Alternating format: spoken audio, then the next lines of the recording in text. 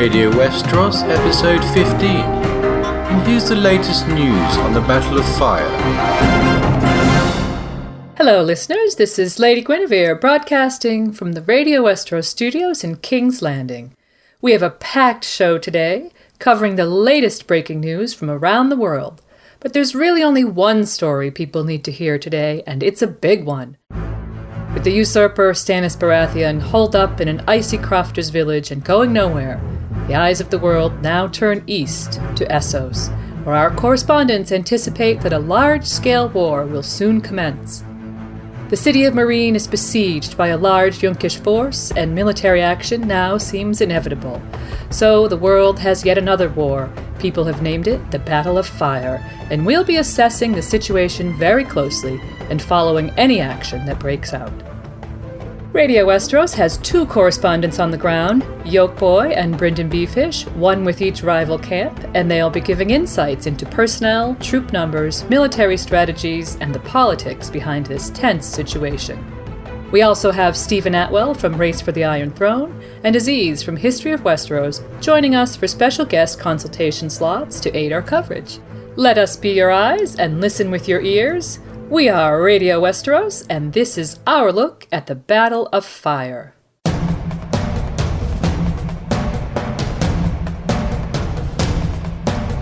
Hi, this is Yolkboy, and I'm reporting from the besieged city of Meereen. I'll be looking at the situation here, the politics, the hunger, and the defences in this suffering city. And we're going to tell you everything you need to know about the Battle of Fire. Hi, I'm BryndenBFish, and I run the blog Wars and Politics of Ice and Fire. I'm currently outside Meereen with the Yunkish camp. I'll be reporting on the strengths, weaknesses, and motives of the besieging forces during this broadcast. So stick around.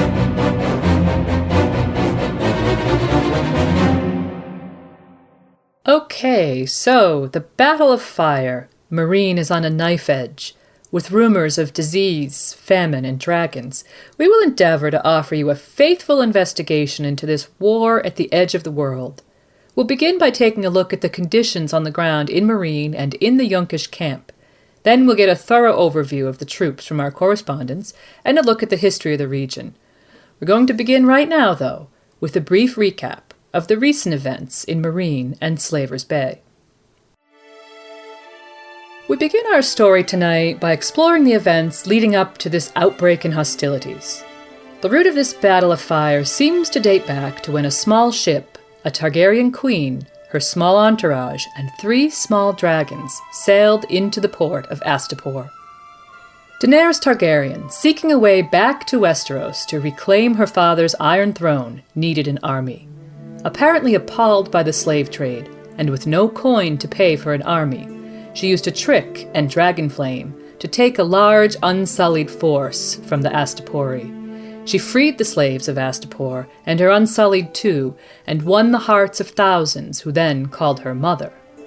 But Astapor was merely the start of her campaign, and soon Yunkai and Meereen crumbled as well. The young Targaryen had gone from impoverished exile to major player in the east, seemingly within the blink of an eye. However, the revolution soon ran into problems, which we can focus on later, but it seems the pace of change that Daenerys brought to the region, and the aggressive manner of her liberations, laid the groundwork for future conflict. Daenerys attempted to quiet growing political turmoil within Meereen by marrying Hizdahr Lorak of local nobility. But with food shortages, an outbreak of disease, and frequent politically motivated murders carried out by the Sons of the Harpy terrorist organization, Meereen has remained a city in crisis. And the Meereenese pain doesn't end there. The Yunkai did not take kindly to Daenerys' military action in Slaver's Bay, and regrouped to invade and overthrow the new Astapori regime the young Targaryen had left behind. Their army grew, and connections were made to powerful allies such as Qarth and Volantis. With a Yunkish-led coalition on her doorstep, Queen Daenerys took steps to explore diplomatic options, including an exchange of hostages. At her new husband's urging and to facilitate peace within her city, Queen Daenerys softened certain principles and allowed the gruesome and infamous fighting pits of Meereen to be reopened. However, her push for peace didn't go as planned. Not only was there an assassination attempt on her life, via poisoned locusts, but there was a surprise visitor to the reopening of Daznak's pit. The Queen's black dragon, Drogon, flew into the arena, unleashing fire and blood upon scores of innocents. Daenerys was seen to mount the dragon and was on his back when he flew from the scene. Neither has been seen since. Some observers say they saw Daenerys fall, whilst others faithfully await the return of their beloved queen. In her absence, the political situation in Meereen has become desperate. The Yunkai have used the death of their supreme commander, Urkaz Zoyunzak, in the panic of Drogon's appearance at the fighting pit, as an excuse to break a fragile peace. Sir Barristan Selmy, leader of Daenerys' Queensguard, joined with Skahaz Mokandak, one of Daenerys' chief Giscari counselors and the leader of the Brazen Beasts, to arrest Hizdar Zolorak on suspicion of poisoning of the locusts. With all attempts at diplomacy with Yunkai having failed, Meereen now has a large army outside its walls, a Qartheen maritime blockade in its waters, and a Volantene fleet coming its way. To top it all off, Daenerys' other 2 dragons, now grown large and fearsome, are at large. We should pray to the gods they aren't as hungry as the people of Slaver's Bay. Both within and without, Meereen is seemingly on the precipice of disaster. So, now we've had a grounding on the political climate, it's time to join up with our Meereen correspondent to further understand the current state of the city. Hello, Yolkboy. You're in Meereen right now, aren't you? Yes, Lady Gwyn. I'm outside, stood on a lower level of the Great Pyramid. From here I have a view of the Temple of Graces, Daznak's pit, and on the horizon I can make out the gathered Yunkish host. Sounds like quite a view, and an ominous one for those of us who are holding out for a peaceful resolve. So, Yolkboy, let's talk about life inside the city of Meereen. Okay, as you mentioned, there's a looming food shortage inside the city, as well as an outbreak of the dreaded bloody flux, known as the Pale Mare. But there's also many social and political problems in Meereen as well, which doesn't make the situation here any easier. Can you elaborate on that for us? Well, in the face of the long-term harassment by the Sons of the Harpy in the city, Queen Daenerys had at first allowed her security forces greater latitude in questioning citizens, in an attempt to root out the secret sect. But she reversed her tough stance on the issue of hostages when she refused to kill the noble children she held after a renewed outbreak of hostilities. And she chained her dragons, an action which would have consequences both good and bad. Then the involvement of many prominent Meereenese nobles in the Yunkish naval blockade of the city isolated her even further. As you mentioned, she wed Hizdar at the urging of the Green Grace, after which she allowed the reopening of the fighting pits of Meereen. While this was a minor triumph for a people who had been culturally disordered since the Dragon Queen's arrival, it was just a small thing in the face of the social upheaval caused by the freeing of slaves and the attempt to integrate freedmen into Meereenese society. Queen Daenerys freed thousands of slaves and brought an end to many cruel social customs. Surely there must have been some positives that came from that. Well, yeah, as you say, her reforms brought an end to some inhumane cultural practices, such as the slave trade and the barbaric fighting pits. But they also effectively ended a centuries-old way of life for the people of Meereen. And with the destruction of the slave trade, this left an economic vacuum that the Queen could only try and fill. And while she did make efforts to establish new trade with the Lazarene and encouraged a new agricultural economy, these were measures which would take time to bear fruit. And in the moment, the Queen was too distracted by the ongoing political and security situations she had to deal with to do any more than that. So, how would you sum up things there now? Well, basically as it stands now, Meereen is a city under siege with too many mouths to feed. It's got a looming health crisis, it's politically splintered into factions, plagued by sectarian violence, and shadowed by a symbolic resistance with an uncertain agenda. This is not to mention the 2 freed dragons that now stalk the skies above after making nests in 2 pyramids. Okay, Oakboy, an interesting view on the state of Meereen. We'll come back to you later. And so with Yolkboy having given us some insight into life inside the walls of Meereen, let's now consider what life is like in the Yunkish camp, outside those walls. Brynden, are you there? Hi, Lady Gwyn. I'm right here amidst the Yunkish army as we speak. Can you talk us through what's going on in the Yunkish camps around Meereen? Perhaps starting with a wide overview of the state of the Yunkai on the eve of war. I'd be happy to. It's a really interesting atmosphere in the Yunkish camps. Apart from a few sellsword companies, I can't say with any certainty that the atmosphere is entirely militant. And why do you say that, Brynden? Well, it's really hard to say whether these are camps drawn up for battle or for coin.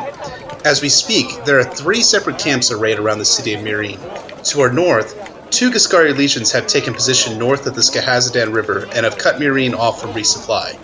Meanwhile, in the east, another 2 Giscari legions sit cutting the city off from any overland supply caravans. I'm here south of the city with the Second Sons, about a mile or so from the front lines, and this camp is a mess. Since peace was declared, everyone suspected that the Yunkish would be pulling up stakes and preparing to march home, but no one seems to be doing anything of the sort. The Yunkish lords have even built a slave market within sight of Meereen's walls and sent word to a Dothraki Khalasar that they're open for business. Meanwhile, some of the sellswords and even some of the Giscari legions sharpen their swords for battle. So you're saying that the goals of the different factions are divided? Definitely. There's no unity of purpose here among the various factions outside the city. Some of the sellsword commanders want to sack Meereen, the Yunkish lords aren't sure what they want to do, and the Giscari legionnaires are consumed with disease spreading in their camps. Well, we just heard from Yolkboy that the Pale Mare is impacting Meereen. It has to be much worse outside of the city. For a certainty. All the camps here outside of Meereen have been plagued by disease, and really, if I could editorialize a bit, it's really all the fault of the Yunkai. When the Yunkish sacked Astapor a few months ago, they ordered that the sellswords push the refugees north to Meereen. And their purpose in doing that was they hoped that the refugees would keep disease from spreading to Yunkai, the city itself, and they were also hoping that it would infect the city of Meereen with plague. But see, the problem is that once the Astapori got to Meereen, Daenerys closed the city gates to them. So when the Yunkish Confederation arrived outside of Meereen, it was impossible for the Yunkish not to set their siege lines close to the plague-ridden refugee camps. So, the Pale Mare is now riding inside each of the army camps. Well, that sounds very grim. Isn't there anything that the military leadership of the Yunkai can do?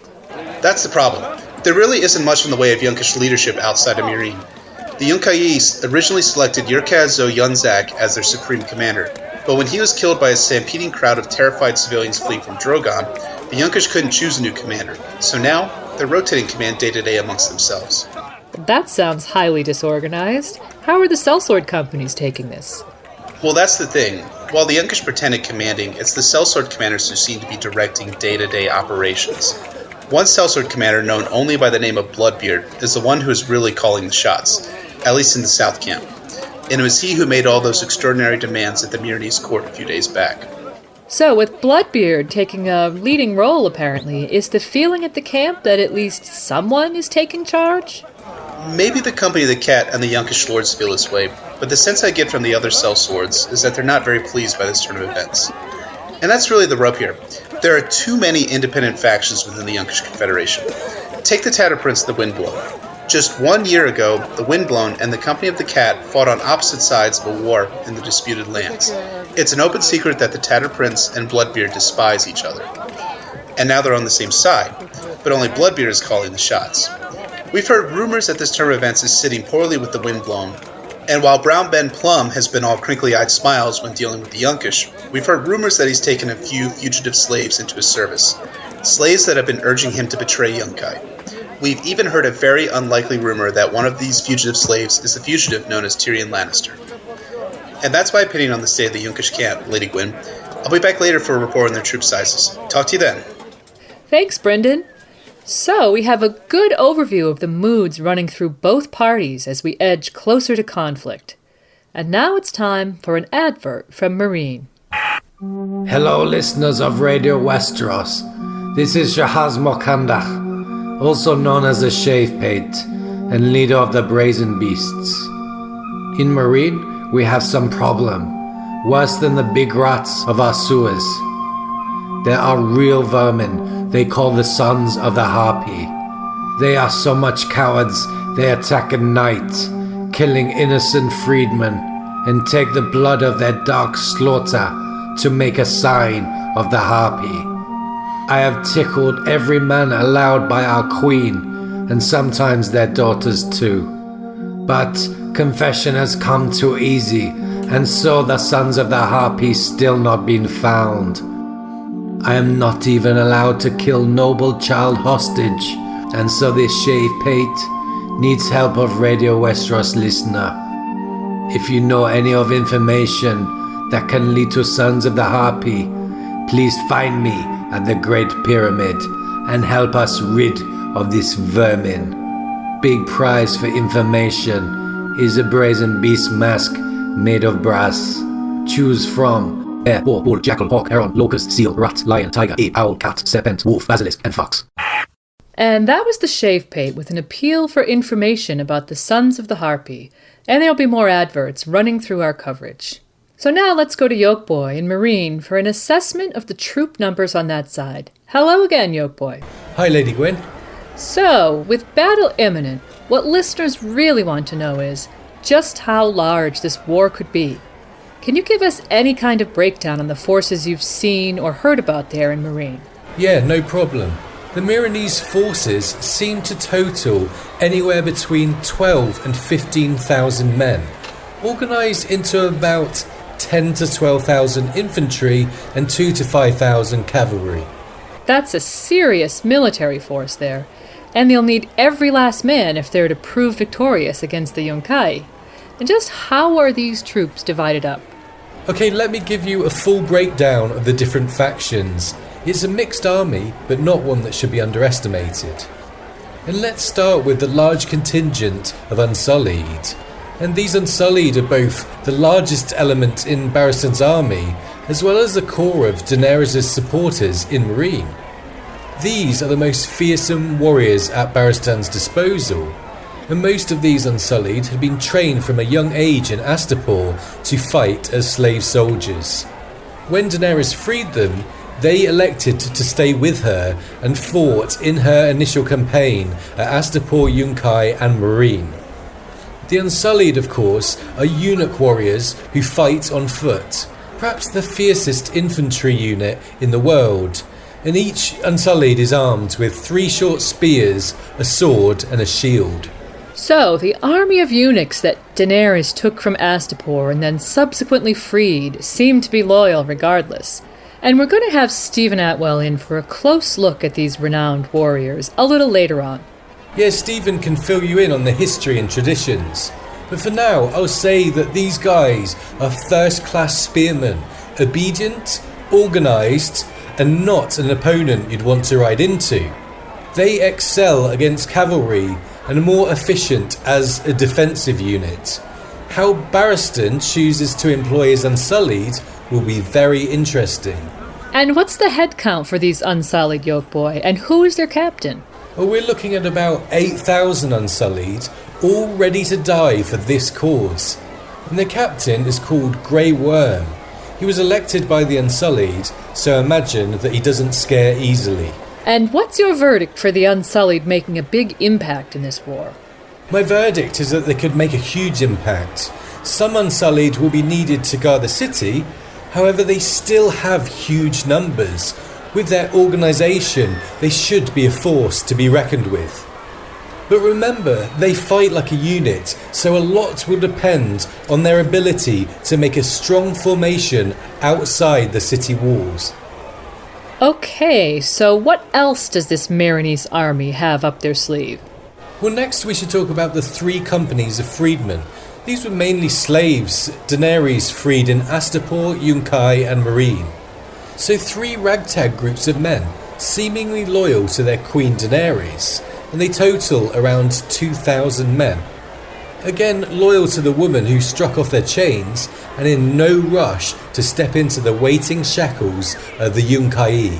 No, I'm sure they aren't, and you can bet freedmen will fight with everything they have. So can you tell us who these three factions are and who commands them? Yeah, let's start with the Mother's Men.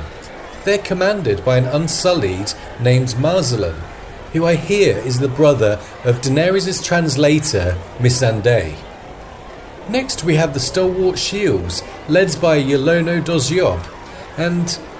actually, I'm just being told that Yolono Dozyob has sadly passed away. Was it the Sons of the Harpy or the Pale Mare? Well, it had to be one or the other, didn't it?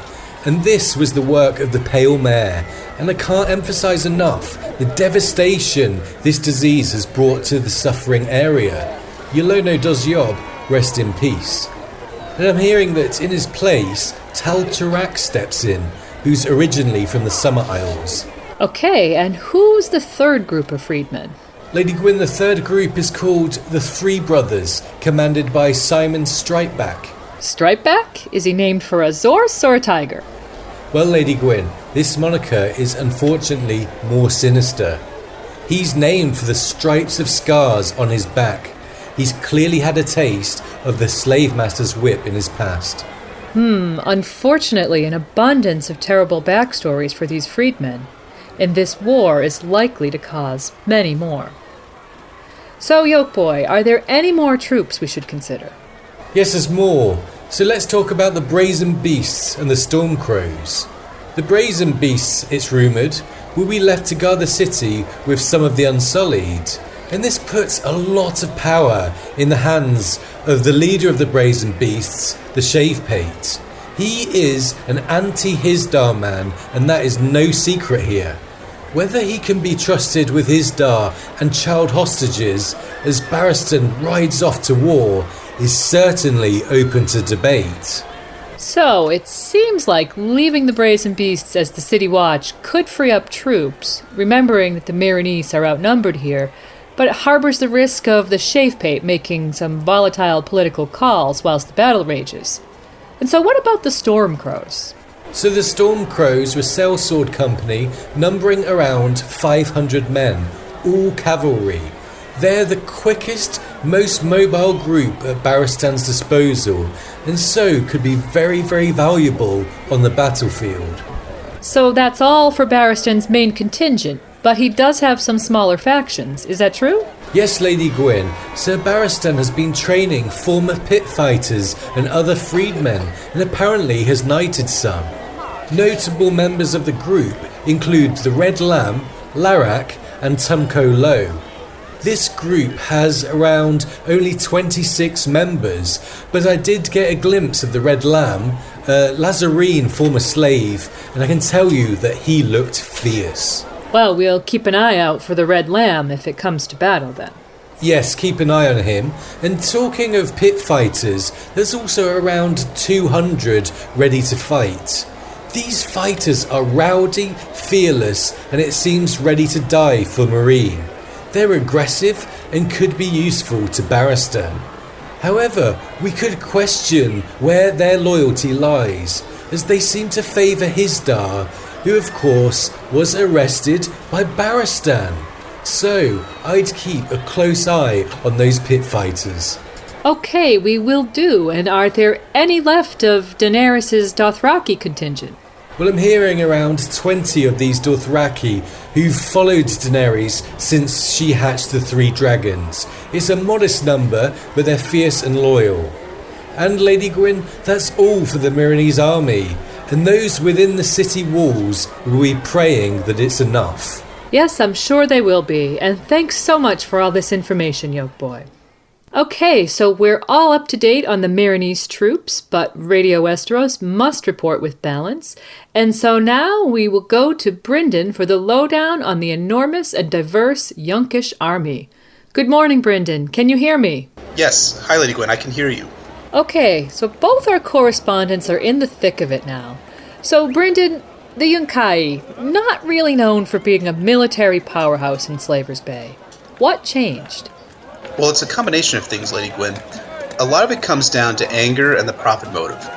Daenerys' campaign through Slaver's Bay angered the sensibilities of the Giscari nobility who inhabited the region. Yunkai especially was incensed by its military defeat and humiliation at the hands of Daenerys a few months back. and they became angrier still when she compelled Yunkai to give up slavery. Of course, Yunkai started slaving again just as soon as Daenerys' army had marched out of sight.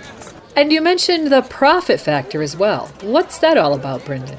Well, from talking to both the Yunkish and the Sellswords here at the camp, there's an undeniable desire to sack the city of Meereen and carry off its riches and people.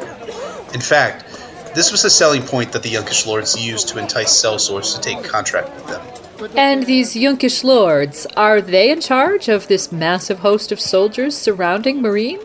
Sort of. Like I kind of indicated in my first report, there's no single high commander of the army. Instead, the high command is rotating day to day amongst the Yunkish lords. Yesterday was the girl general. Today we've heard rumors that it will be Gorzak Zoaris. Tomorrow, who knows? Our sources inside the Second Son's camp indicate that the day's commander is announced only the day of. That seems pretty chaotic. Brynden, tell me, did these Yunkish lords bring any soldiers to this battle? Yeah, they did, though the quality of these soldiers has left many of the more veteran sellswords uneasy. Mostly because the soldiers that Yunkai brought to Meereen are all slave soldiers. That is, that they're not professional at all. From what I've been able to observe of them over the past few days, they've mostly been former personal slaves of the Yunkish lords. And just to give you an idea of the type of slaves that Yunkai brought to Meereen, there's the so-called herons, that is, men 7 to 8 feet tall, wearing stilts to boost their height. We don't know if the unit has a real name or not. The given name of heron is what the sellswords call them, due to their long stilt legs, pink scaled armor, and metal beaks fastened to their noses. Wow, soldiers on stilts wearing pink armor. That must be some sight. Yeah, I've never really seen anything quite like it, Lady Gwyn. They look like something from the Mummer shows I watched as a child, and they're commanded by an ironically short Yunkish lord known as Pazar Zomirak, who sellswords around these parts call the Little Pigeon. Okay, so besides the herons and the little pigeon, what other weird and wonderful fighting units have you laid eyes on? Well, one last slave unit I want to draw your attention to is the Clanker Legion. This group of slaves quite possibly has the cruelest lot of any slave unit on the battlefield. They are all chained together. Better for them not to run away, says the Clanker Lords, their so-called commanders. So we see here how determined these masters are to keep their slaves in chains. Okay, so how many slaves have been pressed into service in total, Brynden? It's a massive number, about 30,000 I'd say. 30,000? That is an impressive number. But that's not the most important thing that Yunkai brings to the table, I've heard. That's right, Lady Gwyn. Perhaps the most important things that the Yunkish bring into battle are 6 massive trebuchets with the fearsome names of Dragonbreaker, Harridan, Harpy's Daughter, Mazden's Fist, Ghost of Astapor, and finally, there's the Wicked Sister, which is positioned just a few meters north from where I'm standing. 6 giant trebuchets! However did the Yunkai get them to Meereen? Well, the trebuchets were shipped north to Meereen from Yunkai piece by piece by the Yunkish fleet, and then assembled south of the walls of Meereen. Wow, that is an impressive engineering feat. Okay, so moving on from the slave legions, who's next? While the largest single force outside of Meereen is the legions from New Gis. There are at least 6 legions on the ground right now, and there's a possibility that more are on the way. And is it possible for you to give us a little bit of background on these legionnaires and how they're armed? Sure. The Giscari Legionnaires are citizen soldiers from the island city-state of New Gis that serve 3-year terms. They're armed similarly to the Unsullied, but unfortunately their short terms of service mean that their training and experience as soldiers is not as thorough as the Unsullied. The Legions of New Gis bring another fearsome force into the battle. 100 massive war elephants who will look to use their massive size to smash through any cavalry and infantry force that the Meereenese can throw at them. But from what we're hearing in the studio, it's not all good tidings for the legionnaires. News has reached us here that the Pale Mare is currently riding through the legions of New Gis north of the Skahazadan, and we've received recent reports that the disease has spread to the legions of New Gis east of the city of Meereen. That could definitely have an impact. Before the plague hit the camps, Giscari commanders were boasting of having around 36,000 well-trained troops ready for battle. But knowing that now, who knows for sure how many spears New Gis can deploy. So, some uncertainty there. So, who can you tell us about next, Brynden? Well, Lady Gwyn, we've heard that there's a Carthian camel corps somewhere around here, and they're being used because horses hate the smell of camels, so the camels seem intended to counteract the strong sellsword cavalry that Daenerys brought to Meereen. But the Camel Corps are not the only Carthian that are outside Meereen, isn't that right? Yeah, that's right, Lady Gwyn. The Carthy Navy is blockading Meereen from Slaver's Bay. And in one of the more thrilling scenes I've ever seen, I witnessed 3 Carthian ships successfully sprint up the Skahazdan River despite heavy arrow fire from the walls of Meereen. Wait, why would the Carthian ships sail up the Skahazdan? Well, Slaver's Bay isn't the only waterway into Meereen. The Skahazdan River flows from numerous peoples and cultures east of Meereen. We've been told that the Carthian ships are further afield east of Meereen, blocking all riverine commerce into the city. Very interesting. Meereen has enemies all around, apparently. So, is there anything else out on the water? Well, the Yunkish are really excited about the fact that Volantis has entered the city's side in the war. Historically, the Volantines have been able to field navies as large as 500 ships. So the Yunkish lords have been chattering amongst themselves about what they intend to do with Meereen once their Volantine allies arrive. But we've heard reports of high tension in Volantis between the ruling elite and its massive slave population. We've even heard reports that High Priest Monero and the Red Temple of Volantis has officially endorsed the position that Daenerys Targaryen is Azor Ahai Reborn. Huh. That's pretty interesting, Lady Gwyn. I can't speak to that on the ground right now, as the fleet hasn't arrived, but that could potentially be a significant factor when the Volantines arrive. Their ships are rowed by slaves, after all.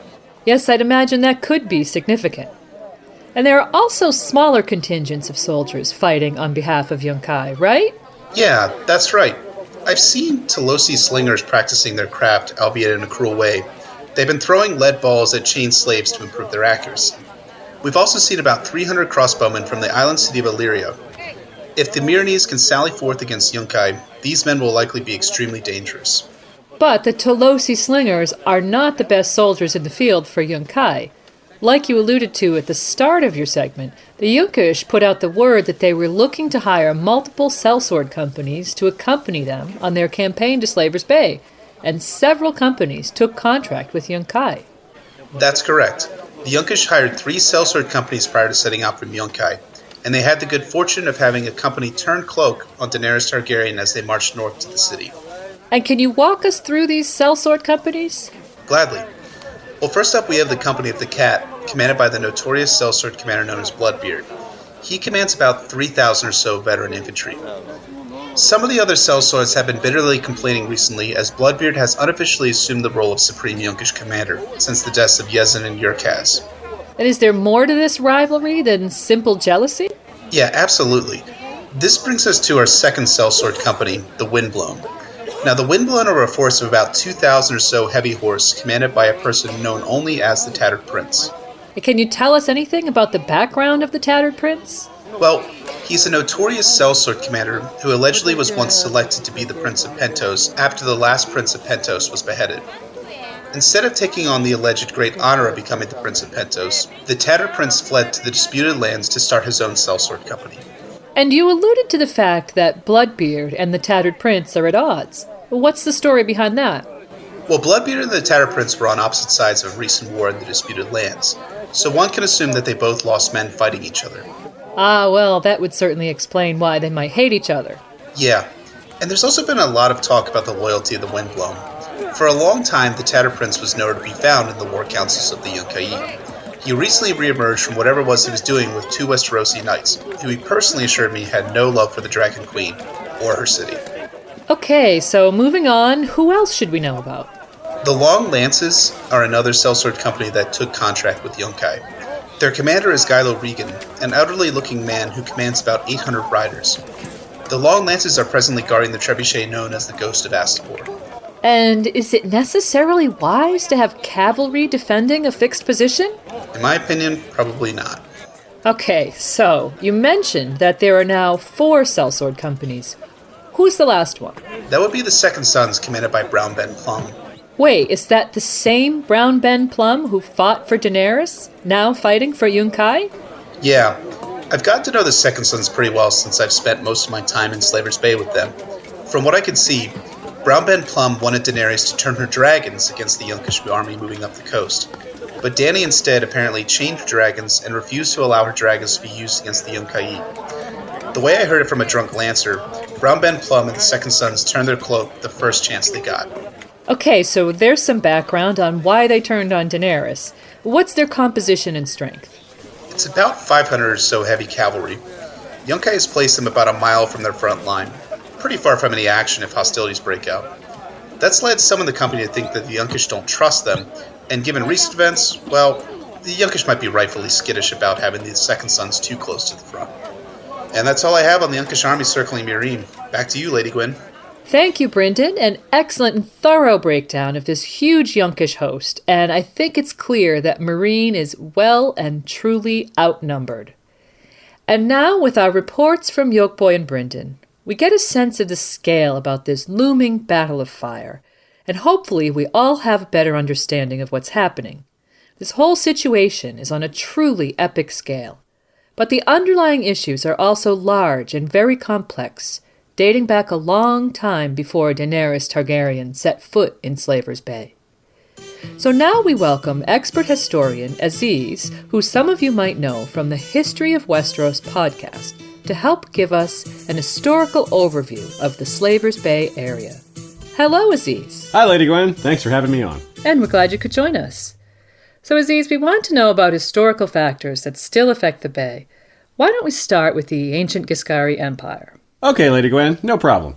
So this area, in times of old, was part of the Giscari Empire. The tale of this fallen empire seems to begin with the city of Old Gis. The citadel is fallible, but popular belief amongst the maesters is that Old Gis is the world's first known city, despite claims by other cultures to the contrary. There are reasons to doubt the maesters, but if true, this makes the Giscari the most ancient of civilizations. It is said that the Long Night occurred during this time, before any others were capable of recording it. And where is Old Gis now, Aziz? Well, it's now in ruins, but it's located on mainland Essos, south of Slaver's Bay. It's a coastal city, roughly halfway between Astapor to the north and New Gis, an island to the south. And the founder of Old Gis was Grazdan the Great, a name that has remained extremely popular even up to modern times. Grazdan is credited as the first man to create a professional army, remembered as the Lockstep Legions. And these were similar to the Unsullied? Yes, exactly.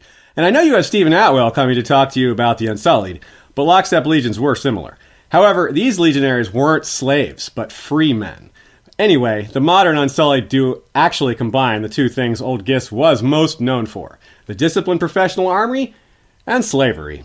I see. So we can see why Slaver's Bay is so proud of its Giscari heritage. Exactly. And that is ingrained and goes very deep when we consider their history further.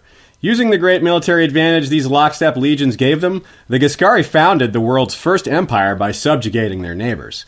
It's a safe guess that many of these people were enslaved, partially or completely.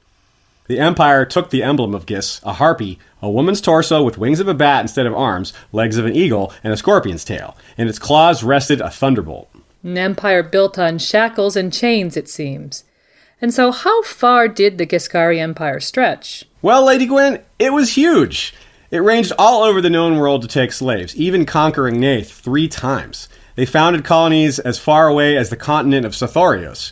This was a large, dominant, and advanced civilization in its time. Some of the pyramids that stand today in Slaver's Bay were built back then by slaves. One pyramid in particular was called the Great Pyramid. Though it is now ruined, famous explorer Lomas Longstrider marveled at how large it must have been by viewing the base of the huge structure, which remains even now. So the Giscari Empire, once mighty, is now a crumbled and ruined memory. Aziz, can you tell us how that happened? Sure. The Giscari Empire was forever consigned to history by the freehold of Valyria. The conquest occurred some 5,000 years ago when the Giscari lost their 5th and final war versus the freehold. Old Gis itself was destroyed. Brick walls taken down, buildings turned to ash by dragon flame, and significantly here, its fields were sown with salt and sulfur. So Valyria ruined any future that Old Gis had. Can you tell us a little more about these wars with the freehold? Well, the 5 wars between Valyria and Old Gis were great wars, with other powerful nations such as Sarnor taking part on one or both sides. Yet Old Gis won none of these wars. The Valyrians had dragons, which were an insurmountable advantage. It's said that the elite Giscari have lusted for dragons of their own ever since. As Krasny's Monaklos and Astapor proved. Unfortunately for them, one of Valyrian blood won that battle too. Yeah, so you can see how Daenerys and her dragons might have affected the political climate of the region, with the proud Giscari descendants having this history with Valyrians and dragons. And the Valyrians sowing fields with salt was just one part of a decimation of the region that's still being felt today. There's evidence that Old Gis and the surrounding regions were not the harsh deserts they are now. Forests destroyed by axe and dragonflame led to desolation. Some say this is why the Giscari turned to slavery, as it was their only economic recourse, although there's evidence they had been slaving prior to Valyria's existence. Furthermore, it is commonly believed that the Valyrians actually learned slavery from the Giscari in the first place. So we see some of the root causes of the problems Daenerys Targaryen has faced when trying to overthrow slavery and support a hungry city after the liberation of Meereen. They might date back thousands of years. Now, what can you tell us about modern culture? Well, modern Giscari are a mix of many races, and there are likely distinct physical and cultural differences between the pre-Valyrian War Giscari and the current. Some cultural traditions that may be ancient in origin include the wearing of the tokar, a fringed garment indicating elite status. The fringe of the tokar is decorated with precious metals or stones, based on wealth and power. The gods and language of Old Gis are mostly gone. The cities of Slavers Bay speak their own dialects of bastardized High Valyrian, their version of their conqueror's language. The cities of Slavers Bay, Meereen, Astapor, and Yunkai were Giscari colonies taken by Valyria after this conquest. In Astapor's case, the city was converted into a center for slave trade. Yunkai and Meereen could have also been turned to this purpose, or they could have already been deep in the slave trade. It's currently unknown. So Valyria had a high demand for slaves, and these cities generated large amounts of wealth. Yeah, and due to the long history of these cities, in which they have gained chilling expertise in the training and breeding of slaves, they have come to dominate much of the slave trade market in the known world. All three feature the brick pyramids that the old empire was known for. Okay, Aziz, so a quick summary of the three Slavers Bay cities. Sure. So Astapor is made from red brick and replaces the thunderbolt with manacles in adopting a modified version of the emblem of Old Gis. They are known for producing Unsullied and are ruled by the good masters. Yunkai is called the Yellow City and is known for producing bed slaves. They are ruled by the wise masters. Their emblem is the usual harpy, but in its talons are a whip and an iron collar. And finally, Meereen is as large as the other two combined, is the northernmost, and is made from bricks of many colors. It's ruled by the Great Masters and is known for housing the largest fighting pits. There is a Great Pyramid there as well, brick of course, which stands 800 feet high. With the three cities being so closely tied, it's no surprise that they're all involved in the current situation. And it's easy to see where the region's key historical moments have fed into this unfolding conflict and siege of Meereen. Aziz, Radio Westeros thanks you for providing us with this historical overview of the Slavers Bay region. And on behalf of History of Westeros, thank you, Lady Gwyn, and goodbye. So, thanks to Aziz, our historical consultant. And now, as everything's gone quiet in Slavers Bay, it's time for a quick discussion on how Stannis Baratheon is doing, still holed up in that icy crofter's... Oh, wait. Hold on. I'm hearing in my earpiece that we have some fresh and breaking news from Meereen. It appears that the Green Grace has news of Barristan's offer of peace terms. We're going to go live now to Yolkboy and Meereen. Yolkboy, can you tell us what's happening? Hi, Lady Gwyn, and yes, I can. Apparently, Galaza Galer, the Green Grace of Meereen, is in talks with Barristan Selmy, and they're both in the Great Pyramid as we speak. Sources tell us that the Yunkai have flatly refused the offer of gold for the three remaining hostages and have demanded the deaths of the dragons. So, one can wonder if the Yunkai really want a peace deal or if they... Oh gods, Lady Gwyn! Something has just been hurled into the city from over the walls! As you can hear, the people of Meereen are now in panic! This besieged city now seems to be under attack. And this could be the moment we've all dreaded. It sounds like a declaration of war. Yes, it does.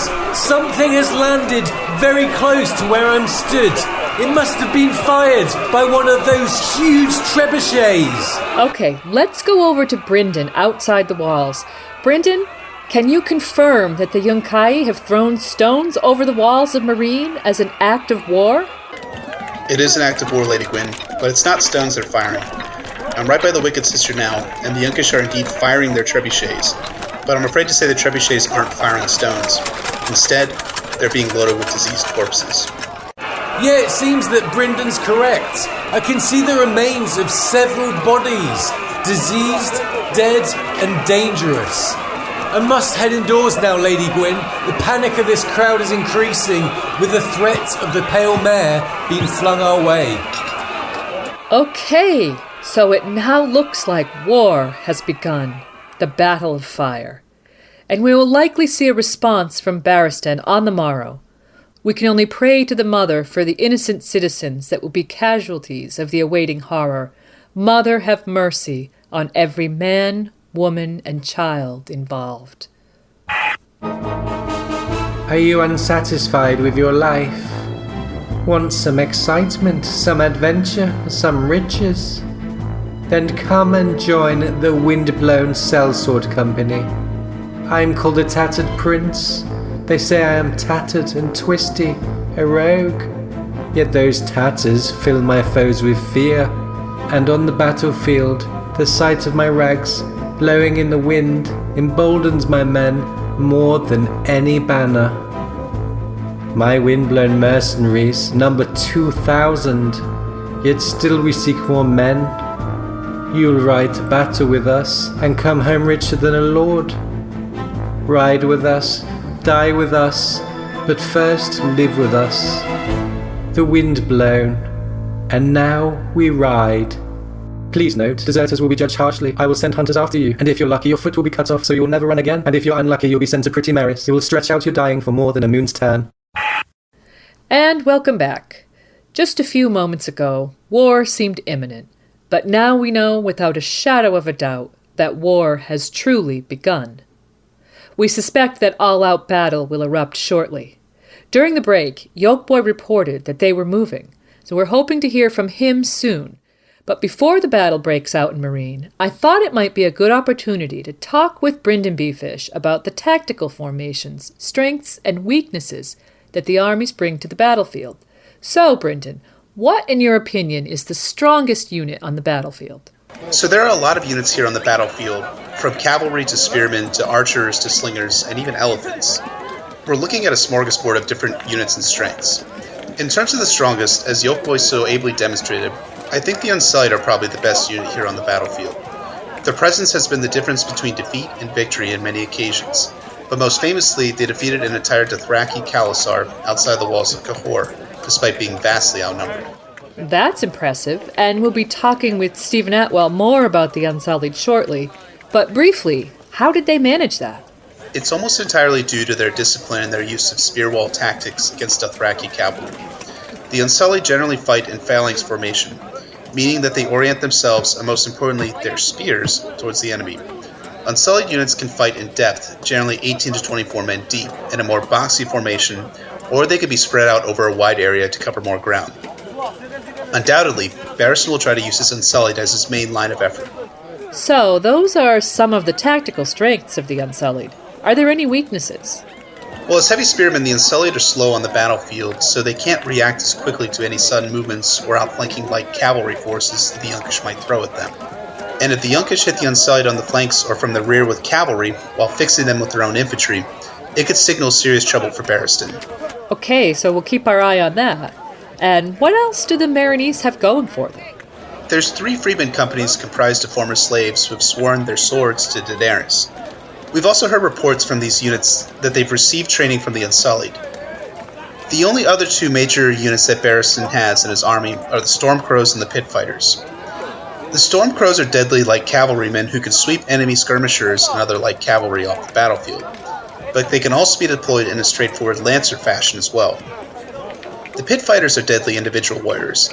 They use a variety of weapons specially chosen for them to win their duels in the fighting pits of Meereen. That said, they lack unit cohesion, so their value might be found in creating chaos in the Yunkish lines. Okay, so let's turn to the Yunkai now. How do you imagine that the various units will deploy if Barristan sallies out against their siege lines? It's a really good question, Lady Gwyn. At least here in the southern camp, the deployment is haphazard at best. At the front of our siege lines, the Yunkish have set some of their worst soldiers and their supposed vanguard. I think I mentioned earlier the Clanker Legions and the Herons. Well, these poor souls are at the vanguard of the Yunkish lines. I suspect they're there mainly to slow any attack from Meereen, to give the real soldiers a chance to flank the Meereenese and engage them decisively. But who knows for sure what the Yunkish are thinking. Okay, so those are the slave legions in the vanguard. What are the tactics and formations that the other units will bring to the fore? Well, the Giscari legions are similarly trained as the Unsullied, so we can expect a heavy spear front against any incoming Meereenese force, I think. That said, their training, as I indicated earlier, is not as in-depth as the Unsullied, so there's no telling what will happen once they come into contact with them. And the Windblown and the Second Sons are the main cavalry force that the Yunkai have brought into the battle. If the Yunkish were smart, they'd order these two sellsword companies to move into wedge formation and hit any Meereenese force in the rear and the flanks. But so far, these companies have been ordered to defend the trebuchets, fixed points. So the Yunkish are mitigating the tactical value of these horsemen on the battlefield so far. Otherwise, the Illyrian crossbowmen and the Tolosi slingers will likely deploy front forward to pick off any soldiers marching or riding against the Yunkish lines. Likely they'll be used to attempt to break up the unit formations that would move against the Yunkish lines. A unit is only as strong as its cohesiveness. All right, now, let's talk about my personal favorite, the elephants and camels that Yunkai has. Sure. So the elephants are fearsome creatures and use their size to carve holes through the army. But that's not their most important function. Their most important function is to spread fear among the soldiers that Barristan sends out for the battle. And as we've said, the Carthian camel force also has a really interesting function on the battlefield. They're essentially an anti-cavalry force that can be used to mitigate Barristan's cavalry. So Barristan and the Stormcrows better beware of any camel attack by the Carthian. All right, Brynden, thanks for the tactical analysis. No problem, Lady Gwyn. And now, as we wait nervously for military action to begin, we're going to take a quick look at the largest unit in the Meereenese force, the Unsullied. Joining me for this consultation will be political and historical analyst Stephen Attewell, the creator of the Race for the Iron Throne blog and contributor to the Lawyers, Guns and Money blog and podcast. Welcome to Radio Westeros, Steve. Glad to be here, Lady Gwyn.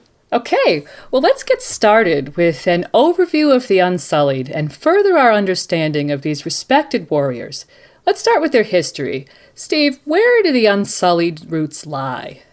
Well, to understand the Unsullied of the slave cities, we must go back to the very dawn of civilization. As you discussed with Aziz and as Maester Yandel notes, the legendary founder of Old Gis, Barristan the Great, founded the Lockstep legions with their tall shields and 3 spears, which were the first to fight as disciplined bodies. Old Gis and its empire proceeded to colonize its surroundings and subjugate its neighbors. And what was the secret to the success of the Giscari legions? Their strength was really in their discipline. By learning to fight and march in literal lockstep, the legion would hit their opponents as one, rather as individual fighters. Each member of the legion would use their shield to defend the man to their left and in turn be defended by the man to their right, freeing them to concentrate on fighting with the 3 spears. Okay, so as I understand it, the 3 spears likely consist of 2 javelins to be thrown prior to the initial clash, weakening the enemy, and then a fighting spear that would be their workhorse weapon. Exactly, and their solidarity as a unit was critical to success. As the front ranks of the legion slammed into the enemies, the men behind would add their weight to the men in front, pushing their way over the enemy like a human battering ram. And as men fell in battle? Well, as men fell in battle, the men behind them would step into their place, presenting an unyielding and seemingly immortal front line to an exhausted opponent. However, that same discipline would prove to be the death of the Lockstep legions. As Daenerys Targaryen recalls, 5 times had Old Gis contended with Valyria when the world was young, and 5 times gone down to bleak defeat, for the Freehold had dragons, and the Empire had none. Okay, so such large, tightly packed formations of foot soldiers were the perfect target for the Valyrian Freehold's dragon riders? Yes, exactly. They burned Giscari by the tens of thousands, and those who survived the initial flames were hopelessly trapped by the ranks of the dead. As Aziz said, the Giscari Empire crumbled, and the Valyrians ruled them for 5,000 years. Well, nevertheless, the Giscari left their mark on the region. So let's go from the Lockstep legions to the Unsullied. Well, the modern Unsullied came about only after the Doom of Valyria ended the lives of the dragons and their riders. As Maester Yandel tells us, the cities of Slaver's Bay were able to throw off the last of the Valyrian shackles, ruling themselves in truth rather than playing at it. And what remained of the Giscari swiftly re-established their trade in slaves. And the chief product of the city of Astapor were the eunuch slave soldiers called the Unsullied, men raised from boyhood to be fearless warriors who knew no pain. And we can see the foundations of the old lockstep legions in the training of the Unsullied, who train from dawn to dusk until they have mastered the short sword, the shield, and the 3 spears, and who fight in the fashion of the old empire. Yeah, they are similar, Lady Gwyn. However, the Unsullied differ from their ancestors in one key aspect. The lockstep legions of Old Gis were free, and the Unsullied are not. And because the Unsullied are slaves, their training has been intensified beyond what any free man would willingly endure. On a physical level, the Unsullied are chosen young for size and speed and strength, and then culled in training if they cannot run all day in full pack, scale a mountain in the black of night, walk across a bed of coal, to ensure that they are perfect specimens. Their training is so intense that only 1 boy in 3 survives it. So, it's clearly an awful process. The production of the Unsullied must carry with it an astonishing level of human industrial waste, one that must be measured in the tens of thousands. That's right, there's a very significant human cost. And the psychological training is, again, very brutal. The legions of Old Gis fought for love of country as an act of free will. The Unsullied must fight for any master who buys them without question. Thus, the good masters of Astapor have ensured that they are absolutely obedient, absolutely loyal, and utterly without fear through a system of comprehensive dehumanization. It begins with their castration, so that no woman can ever tempt them, nor any man. And at that horrific moment, the masters give each boy a puppy on the day that he is cut. At the end of the first year, he is required to strangle it. Any who cannot are killed. Thus, any signs of compassion, of empathy, of love, are called from the ranks of the Unsullied. And finally, to win their spiked caps, it says, an Unsullied must go to the slave marts with a silver mark, find some wailing newborn, and kill it before its mother's eyes. In this way, we make certain that there is no weakness left in them. Wow, and then all of this is reinforced with the wine of courage. Yeah, they drink it with every meal from the day that they are cut, and with every passing year feel less and less. So as a result, the Unsullied are without fear, without pain, without emotion of any kind that might tempt them to rebellion or hesitation. And how does this brutal process affect and embolden them as warriors, Steve? Well, whatever the morality of this system, we can see its effectiveness in the case of the 3,000 cohort. Ah, yes, that. I have an account of that famous moment here. It was 400 years ago or more when the Dothraki first rode out of the east, sacking and burning every town and city in their path. The Khal who led them was named Temmo. His Khalasar was 50,000 strong at the least. The Qohorik knew he was coming. They strengthened their walls, doubled the size of their own guard, and hired 2 free companies besides. And almost as an afterthought, they sent a man to Astapor to buy 3,000 Unsullied. By the time the Unsullied reached the city, the sun had set. Crows and wolves were feasting beneath the walls on what remained of the Qohorik heavy horse. But when dawn broke and Temmo and his blood riders led their Khalasar out of the camp, they found 3,000 Unsullied drawn up before the gates. The Dothraki charged. The Unsullied locked their shields, lowered their spears, and stood firm. Against 20,000 Dothraki screamers with bells in their hair, they stood firm. 18 times the Dothraki charged, and broke themselves on those shields and spears like waves on a rocky shore. Thrice Temmo sent his archers wheeling past, and arrows fell like rain upon the 3,000. But the Unsullied merely lifted their shields above their heads until the squall had passed. In the end, only 600 of them remained, but more than 12,000 Dothraki lay dead upon that field, including Khal Temmo, his blood riders, his Kos, and all his sons. So this battle made the reputation of the Unsullied. In the history of the world, there have been many desperate last ends, where brave men stood against impossible odds for a cause they believed in. But few soldiers would stand firm in the face of an 80% casualty rate for pay. Well, how true that is. Steve, I want to thank you for sharing your analysis on the history of the Unsullied. It was really great to have you with us here today. Well, thank you for having me. Spoiler warning. The following presentation is based on Winds of Winter preview chapters and George R.R. Martin public readings. Okay, and now we'll get back to the action with Yolkboy, who's quite close to Sir Barristan Selmy. Hi, yeah, I'm now near the western gate of the city, and Barristan's giving his orders. Some people look really frightened, and they seem to be more afraid of the Pale Mare than of war. and as soon as these gates open, there will be a charge.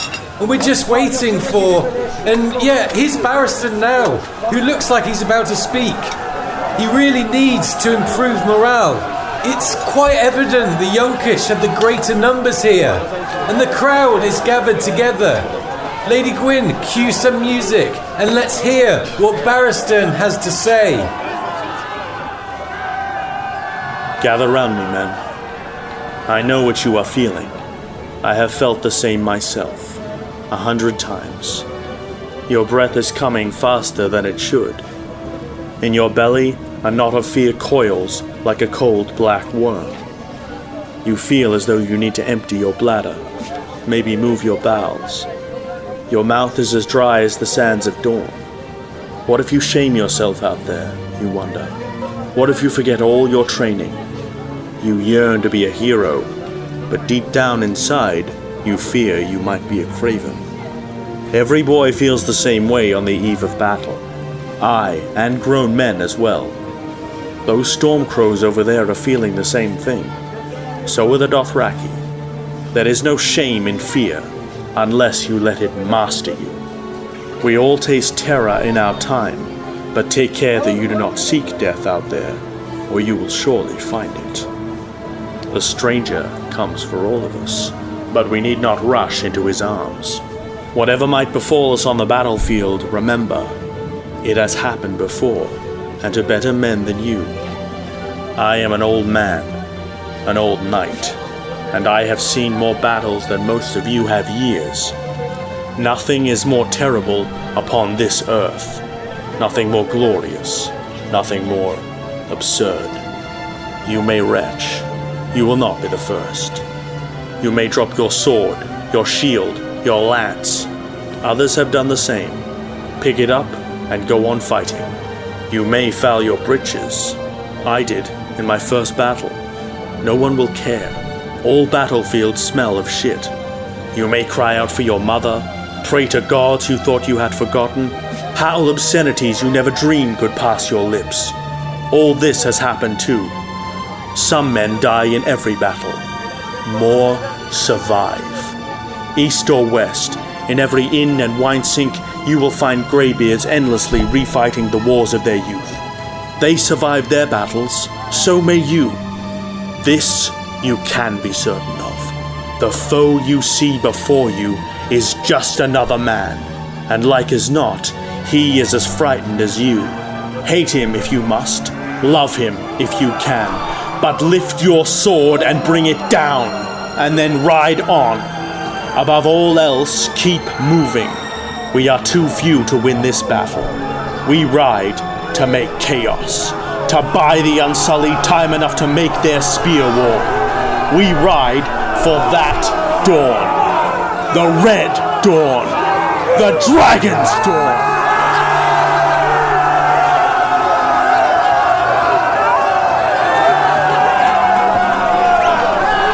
And there we have it. Barristan preparing his men for war. Everyone is now donning their helms, and the scent of war is in the air. And now Larak is pointing to the Great Pyramid, where the Harpy statue once stood. And, yeah, fire has been lit, and that's a war signal, no doubt. Dawn is breaking to the east. The portcullis is being lifted, and the gates will soon open. Barristan is looking very determined and... May the warrior protect us all. Sound the attack. Yeah, and you heard that. Sir Barristan has just ordered to sound the attack. We have war, Lady Gwyn. And if you'll excuse me, I must prepare to ride out with these Meereenese troops.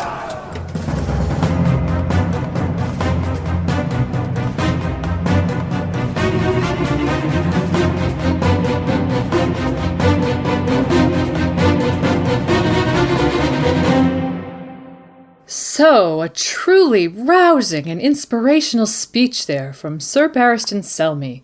It really proves he hasn't lost his mettle after his dismissal from the Westerosi Kingsguard on grounds of age.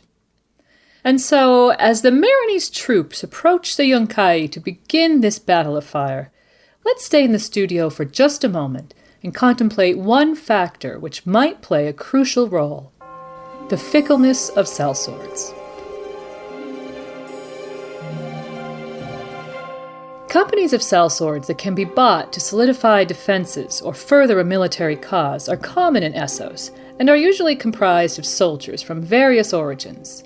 Men from Westeros do join such companies. Perhaps most famously, Aegor Rivers founded the Golden Company. More recently, Prince Oberyn Martell famously served with the Second Sons. Whilst the slave armies of Essos have little choice in their part, sellswords will go to war for anyone who can satisfy their lust for gold. However, men who would fight and kill for gold are susceptible to one glaring weakness: loyalty. As Sir Kevin of House Lannister has been heard to say, any man who fights for coin is loyal only to his purse. Now, with just a quick glance at recent history, we can see this treachery evident in sellsword companies, even including those renowned for their loyalty. We have the brave companions, never well known for their honor, brought to Westeros at the behest of Tywin Lannister. All the gold in Casterly Rock couldn't stop Vargo Hoat from turning on his employer and switching his allegiance to House Bolton when the tide of the War of the Five Kings was turning in Robb Stark's favor. And our journalists in Essos report that the Stormcrows turned cloak against the Yunkai and now fight for Queen Daenerys. Apparently, a blue-bearded man named Daario Naharis decapitated 2 of his fellow captains to facilitate the switch.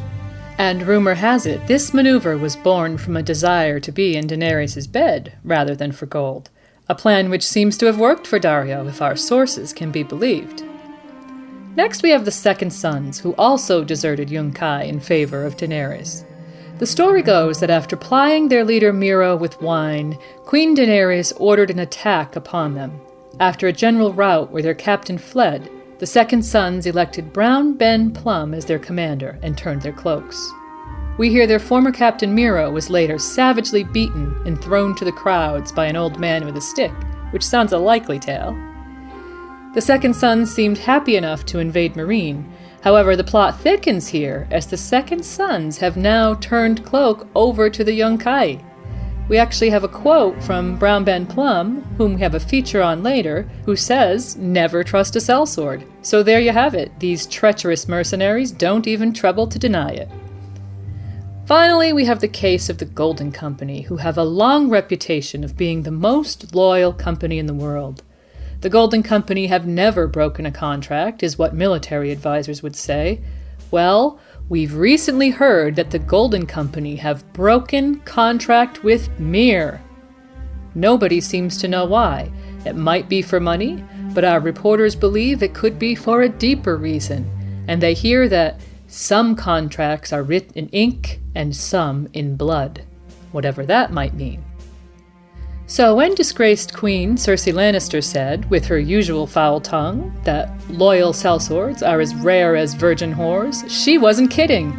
Those are just some examples of sellswords switching allegiance for reasons of survival, gold, and mayhaps even for love. With so many sellsword companies in play in the current battle, our one to watch for today is the fickleness of sellswords.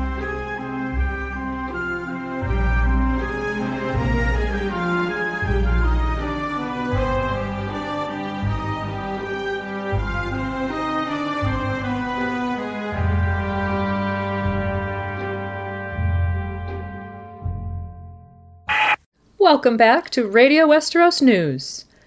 Dawn is approaching in Meereen, and Sir Barristan has given an impassioned speech to his men. Battle is imminent. We're just waiting to see what? And hold on. Yes, we can now go live to Yolkboy, who has news of an attack. Yolkboy, what's happening and where are you? As you can hear, Lady Gwyn, I'm on horseback, closely tailing a Meereenese contingent headed for war. We've now left the market gate and are riding full pace to meet the Yunkai, and there's truly no turning back now. Sir Barristan Selmy has abandoned the safety of the city walls, and so battle is now a stone's throw away. But tell us who's in this contingent you're tailing. It's a cavalry group with Stormcrows and Barristan squires, There's about 530 of us, riding hard for the Yunkish lines. And can you tell us what you're seeing, Yoke Boy? Lady Gwyn, we're headed south. To my left is the rising sun, blood red and bright. And we're ever closer to engaging with the Yunkai. We're riding a straight line towards the Harradan trebuchet. And who's leading this charge for the Meereenese forces? It's Selmy himself leading the charge after his inspirational speech. He's spearheading the attack, leading by example in his usual fearless way and trying to make the first kill. Leading from the front is in the best traditions of daring Westerosi commanders like Baelor Breakspear and Robb Stark. And what else can you see? Well, I can see Yunkish archers to the right, and we're very close. Arrows are flying everywhere, and it looked like Barristan just took a bolt through the shield. Oh, Yoke Boy, please be careful when... Let me stop you, Lady Gwyn, because Barristan has changed his angle. We're turning right. We have cut west. I'm not sure what's going on. We were headed south, but now our lines have changed, and we're charging straight towards the herons on their stilts. This sounds like a mistake. Do you have any idea what's going on, Yoke Boy? Well, this might actually be a masterstroke, Lady Gwyn. As I adjust to Barristan's line, the huge morning sun is now directly behind me, and this will blind the herons. It's excellent tactics. The Yunkai won't be able to see a damn thing, and we'll be able to ride straight through them and slice them up like cheese. What a maneuver by Sir Barristan Selmy, using the glaring sun, the red dawn, as well as the element of surprise to gain an advantage. Remember, he said he wants to create chaos, while his Unsullied organize themselves into their formidable spear wall formations. And by avoiding the legions, he can spare his limited cavalry. Also blinded by the sun are the Yunkish archers, who will be less accurate due to the glare. And it's... Did you hear that, Lady Gwyn? Yes, 3 horns. Yeah, that's the signal that the pit fighters are on the move. We're close to the herons now, and I'll have to hold back and find a safe spot to watch this, Lady Gwyn. So, serious drama unfolding as Barristan's cavalry now head toward the bizarre heron group, those men on stilts wearing beaks and scales. We'll get back to Yoke Boy soon to see how Barristan's cavalry got on against the herons. But now, let's go over to BryndenBFish in the Yunkish camp. Hey, Lady Gwyn, can you hear that? That's the wind blow you can hear riding past me. They're probably on their way to confront Barristan's juggernaut right now. I'm going to have a full report for you in a little while, but I have an update on the dragon situation. What I can confirm right now is that the green dragon is flying over the bay. The Second Sons have sighted the white dragon on top of one of the pyramids, but for now, he hasn't flown from his lair. But speaking of the bay, it's odd. The ships. There's a lot of ships in the bay. Brynden, are you there? I think we might have lost Brendan's audio feed. We'll try to get him back, but wow, drama, dragons, and death all around, and Radio Westeros in the heart of the action. Let's turn back to Yoke Boy now to get an update on how Barristan Selmy is faring against the herons. Yeah, and the cavalry are engaging as we speak, and it's looking like a massacre. Barristan, riding Daenerys Silver, has already beheaded a heron. And now he's ridden into a heron's stilts, and he's lost balance and knocked over 3 more. Lady Gwyn, this is a mummer's farce. The red sun is right in the heron's eyes. They are blinded and weakened whilst trying to fight on these preposterous wooden stilts. Sir Barristan Selmy's battlefield experience is proving priceless today. And what chance do the herons have now? The herons have no chance, Lady Gwyn. No chance at all. Little Pigeon, their leader, is now trying to run. Oh, but it looks like the Red Lamb has just caught him, and he's begging for mercy, telling the Red Lamb that he'll earn a rich ransom. I come for blood, not for gold. And did you hear that? The Red Lamb has just smashed his head in with a mace. And looking behind me, the Unsullied are coming through the gates, and they're forming. The Yunkai have now missed their chance for a counterattack. and amidst all the chaos, I can see ships in the bay. Some of them are cogs, the merchant ships, but they're going to hit the blockades. Maybe this is the Volantene fleet.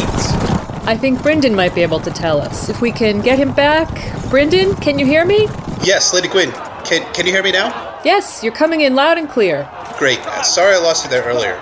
Like I was trying to say before, there's a lot of ships out in the water now. It's a lot more than were there this morning. Big tubs of ships. They almost look like merchant cogs out of the Stepstones. But I can almost confirm without a doubt that this isn't the Volantene fleet. Maybe it's a resupply convoy coming up from Yunkai or New. Did you hear that? The big merchant ships just rammed the Yunkish and Carthene ships out on Slaver's Bay. Yunkish and Carthene galleys are now sinking in the bay, and now it looks like there's a fleet of smaller ships behind these big cogs. Wait, they're unfurling batters. I can't make it out from here. Maybe Yokeboy has a better angle. Yokeboy, back to you. What do you see? I think I can see dragon banners. Whose fleet is this? I'm now close to Barristan, who was looking apprehensive. But after the cogs hit the blockade, he started to look more hopeful. This is not the Volantene fleet. I'm hearing that the ships have squids on their sails. Kraken! It's the Ironborn! From out of nowhere, the Ironborn have arrived! And Barristan is about to speak! They are on our side. The Sellswords did not come to meet our charge because they were already preoccupied with the Ironborn. It's like Baelor Breakspear and Prince Maekar, the hammer and the anvil. We have them! We have them!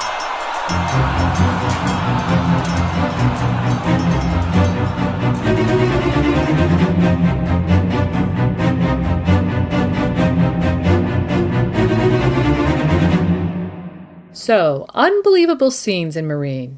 Sir Barristan is ecstatic. The Ironborn have landed and seem to be fighting for his cause. And we're hearing the fleet is led by Victarion Greyjoy. The action is intense. We need to take a breath, and while we're waiting for updates from our correspondents, it's time for a short feature we've prepared. Earlier we considered the fickleness of sellswords. Now we're going to take a look at one who seems fickle even by the standards of the mercenaries themselves as we consider the question, who is Brown Ben Plumm? Ben Plumm is the current commander of the Second Sons, who claims to be the veteran of 100 battles and a former bodyguard of the Paul family of Meereen. It was apparently he who suggested infiltrating Meereen through the sewer network, a plan allegedly inspired by his one-time escape from the sword of Meereenese champion Osnak Zopal. Plumm claims to be part Bravosi, part Summer Islander, part Ibbenese, part Cahoric, part Dothraki, part Dornish, and part Westerosi. Since joining up with Daenerys Targaryen, he's been heard to claim that he has a drop of dragon blood as well. This odd claim seems to have been inspired by the fact that Queen Daenerys' dragons have a certain fondness for him. But where could such a claim originate? We did a little research, and it appears that Brown Ben Plumm might be telling the truth, and may be possessed of not one, but 2 drops of dragon blood. During the reign of the 4th Aegon, known as the Unworthy, his beautiful cousin Elena married the elderly Lord Ossifer Plumm at the king's request. While Lord Ossifer died on their wedding night, reportedly after beholding his young wife's naked beauty, the princess conceived a child, who was born some time afterwards and named Viserys after the former king. While it's pure speculation on our part, we might note that Elena's brother, Baelor the Blessed, had kept her confined in the Maiden Vault during her youth, and it could be gratitude to her uncle for achieving her release that led to her choosing his name for her son. The timing of the young Plumm's birth led to the legendary tale of Ossifer Plumm's 6-foot-long member, as clearly many speculated that the babe was born too late to have been conceived whilst old Ossifer still walked the earth. It is a belief held by many in the Westerlands that Elena's child was in fact fathered by none other than her cousin, Aegon the King. It must have been a younger son of this Lord Viserys who made his way across the narrow sea, there to begin the mongrelized cadet branch of House Plumm, from which sprang Ben of the Second Sons. One interesting fact we've learned from our sources is that it's Queen Daenerys' white dragon who seems to have developed the strongest bond with Plumm. That dragon, known as Viserion, was hatched from a cream and gold egg. A close look at the Westerosi history books has revealed that Aelena Targaryen's most cherished possession was a dragon egg of those same colors, a curious fact that can only make us wonder at the mysterious origins of Daenerys Targaryen's 3 dragon eggs. So this sellsword of uncertain birth and checkered past was reputed to be one of Queen Daenerys' most trusted captains, but she learned the lesson to never trust in sellswords too late. As we mentioned, Brown Ben Plumm and the Second Sons have turned their cloaks once more, going over to the Yunkai when the Queen confessed that she could not control her dragons, and thus would not be loosing them in the imminent battle. At present, the Second Sons are part of the forces besieging Meereen, and Ben Plumm has been spotted in the slave markets and amusing himself with games of savas, whilst awaiting orders from the current Yunkish Supreme Commander for the battle to come. Okay, I'm just hearing in my ear, yes, it's time to turn our attention back to the Yunkai. Brynden, Yolkboy gave a pretty thrilling report of what's happening among Barristan soldiers, but we're hearing it's a very different atmosphere among the Second Sons. Is that right? Yeah, that's right, Lady Gwyn. The Second Sons are almost being lazy about getting ready for war. A few of the sellswords have told me that they're simply being thorough in their preparations, but there seems no sense of urgency among the... Hang on, Lady Gwyn. One of the sellswords just announced that the Mother's Men, one of the Meereen's free companies, just destroyed the trebuchet known as Ghost. Can we get Yolkboy to confirm that? Yolkboy, did you see? Yeah, I just saw it! The Mother's Men cut through the long lances like a rotten stick, and then dragged chains around the trebuchet to pull it down. An amazing turn of events from Barristan's army. And this is really turning into a bloodbath for Yunkai. Their superior numbers and siege weapons have not helped them at all in this battle, right, Brynden? Not in the least. And now with the Unsullied formed up and marching south against the Yunkish lines, while the Ironborn cleave a path towards Meereen, it looks to be growing more and more desperate for the Yunkish. And Lady Gwyn, I can now also confirm something that seemed utterly improbable when we first started broadcasting. Tyrion Lannister, the Imp, is indeed outside of Meereen with the Second Sons. He's outside in full view of everyone. Perhaps he thinks that everyone's focus is on something besides an escaped slave. Tyrion Lannister with the Second Sons? Now that's wholly unexpected. We can only wonder how he ended up in Meereen. Perhaps one day we can broadcast that story. Okay, so with the Unsullied marching against the Yunkish southern camp, I think the question that many of our listeners have is, what's going on with the dragons? Well, the one dragon I mentioned earlier seems to be flying over the battle out in the bay. I think I can see the other dragon atop one of the pyramids of Meereen, but there's too much dust and smoke to be certain of that. Well, let's hope the excitement of war hasn't caught the attention of the dragons.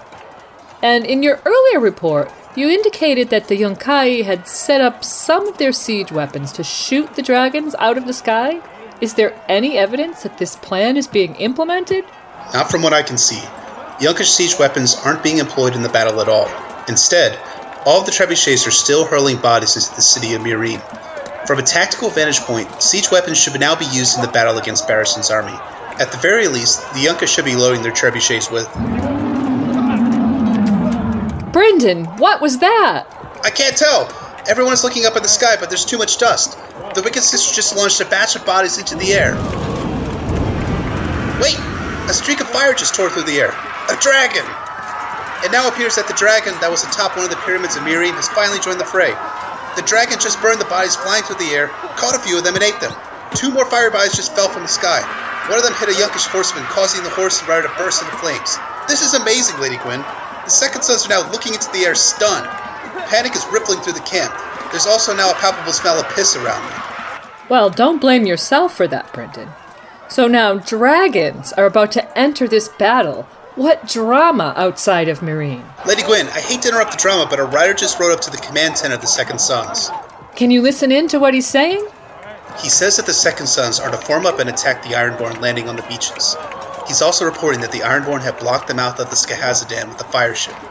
I could tell from the desperation in his voice that things must be going even worse for the Yunkai than what I can see. And the Yunkai seem to be in disarray, and so early in this battle of fire. What are the sellswords saying, Brynden? Well, it's pretty funny, actually. Inkpots, the paymaster for the Second Sons, keeps repeating that since Brown Ben Plumm isn't present, that they can't do anything without his leave. Also, Inkpots reports that their horses cannot run on water, so they're going to have to decline an attack on the Ironborn for the moment. The messenger is now screaming about the Ironborn landing 100 men every minute, and that Lord Gorzak commands their attack. And now the sellswords are arguing amongst themselves as to who Gorzak is. I think they've settled on it being Pudding Face.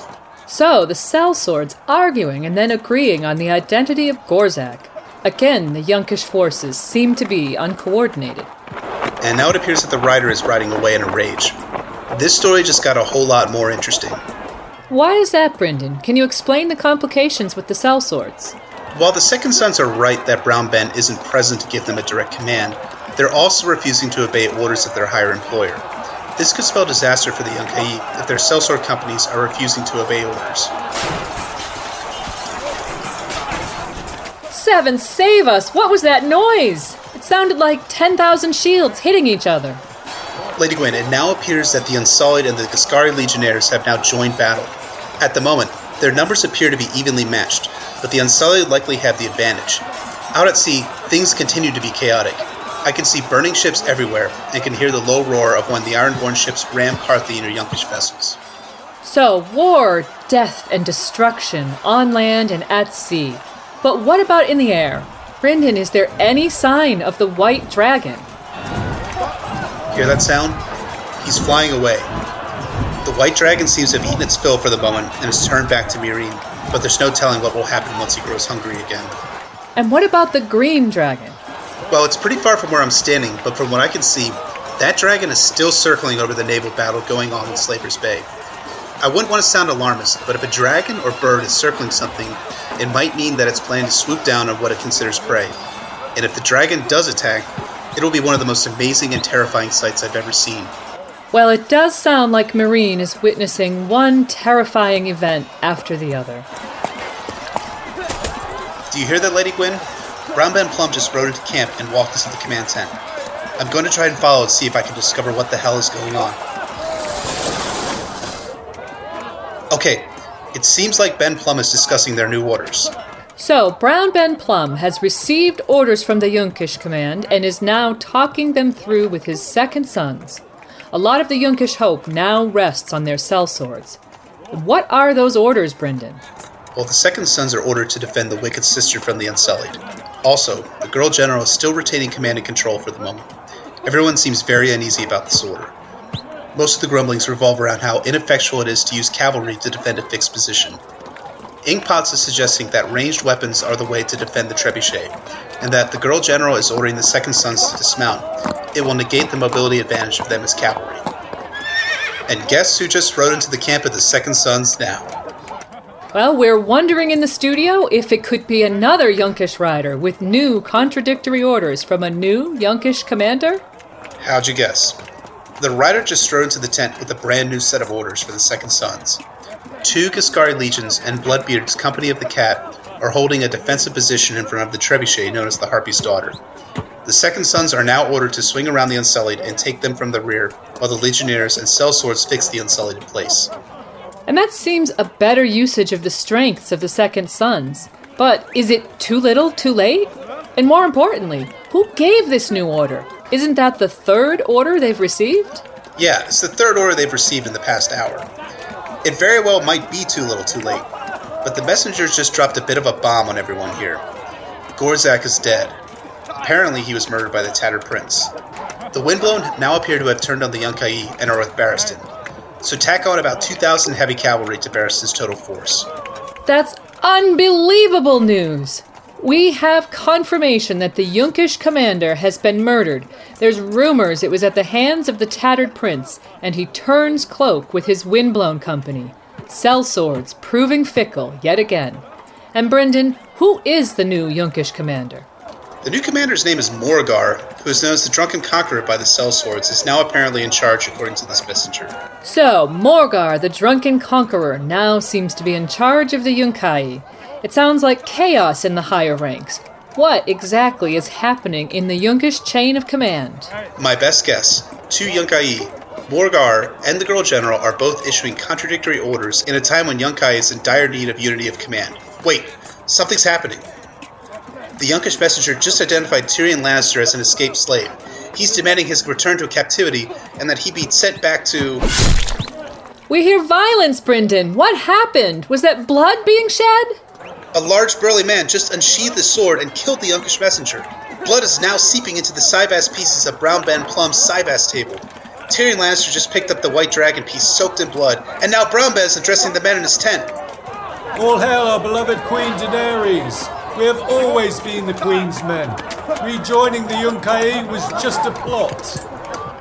And with that, it appears that the Second Sons have turned their cloaks yet again and ride out for war against Yunkai. Okay, Brynden and Yolkboy, our producers are telling me they want you back in the studio. It's getting too dangerous out there. Does unsubtle symbolism appeal to you? Do you want to hint at future events to your readers? Do you need a board game that's not only full of fun, but full of foreshadowing? Then do we have the game for you? Savas is the board game with a twist.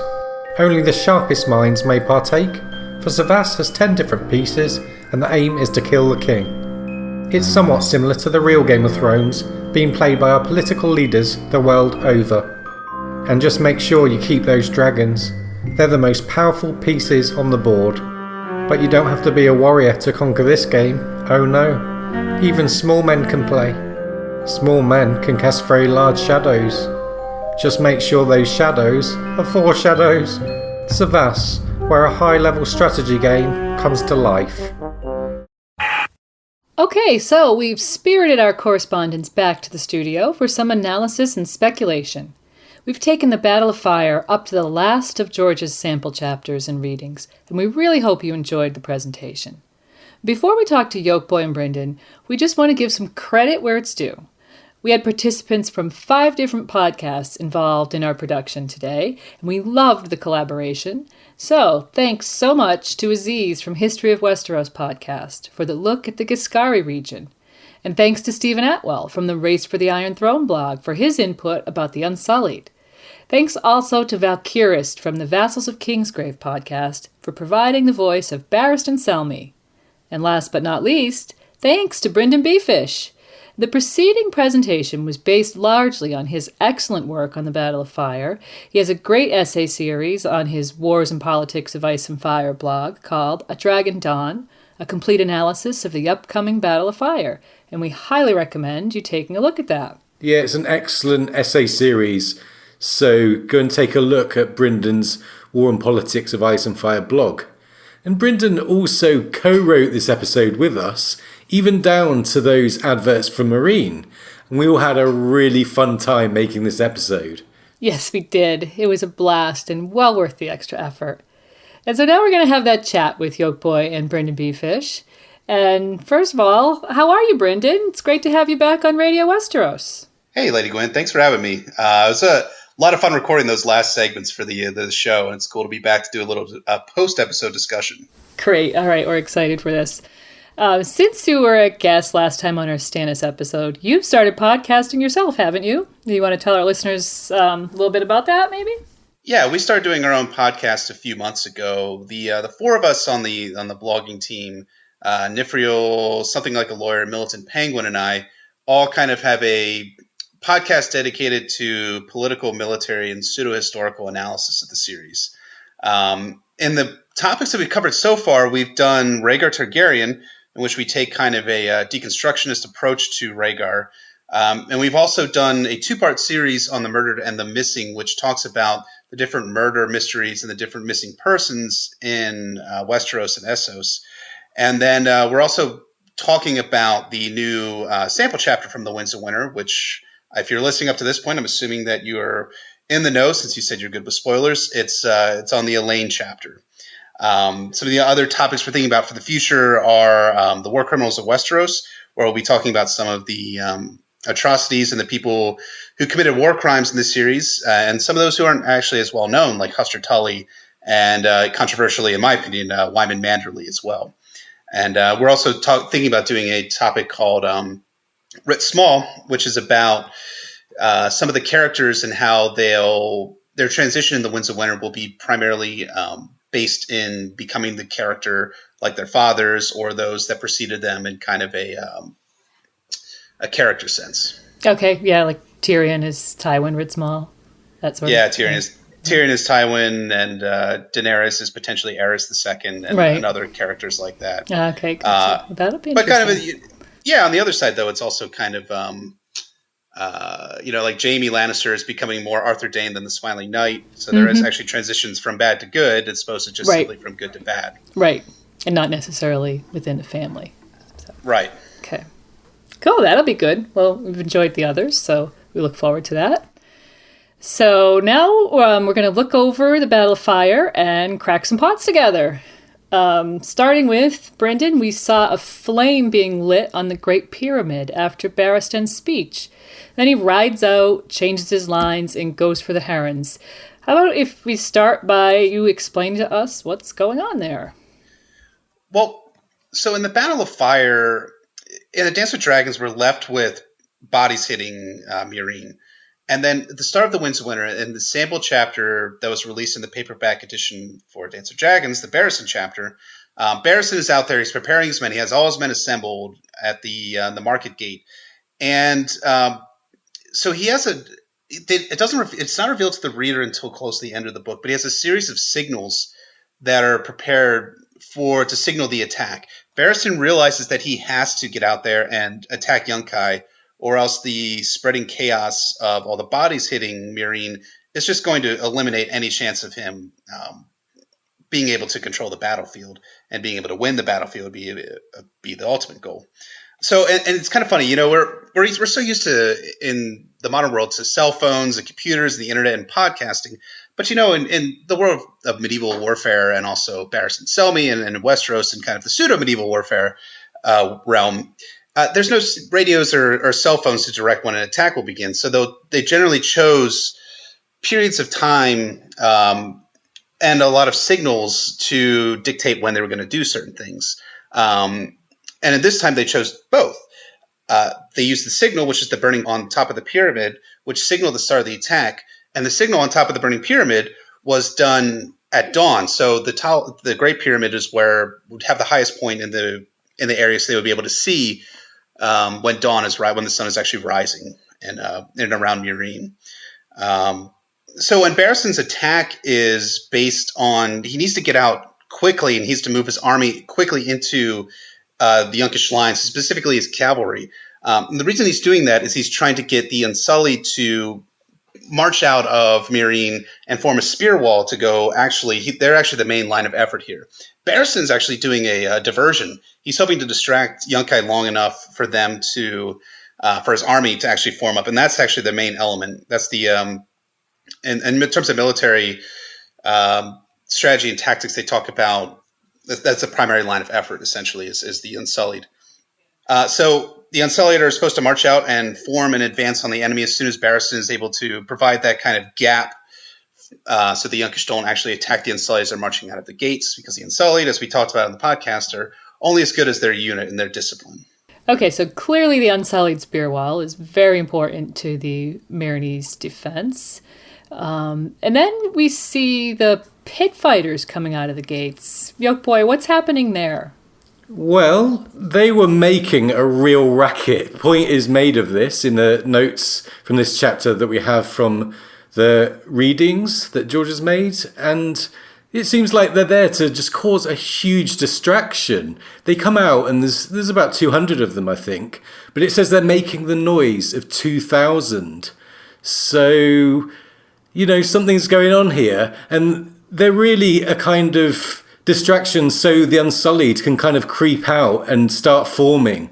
The Yunkai are so kind of disorganized, they're in disarray, and you've got these pit fighters, like Barristan sees a woman pit fighter, like almost naked, with her breasts out, come out of the gates, and she has a snake around her neck. So you can imagine the Yunkish in their disorganization, not really knowing what the hell is going on, and seeing these, perhaps what they think is 2,000 fearsome pit fighters coming out when it's really, 200.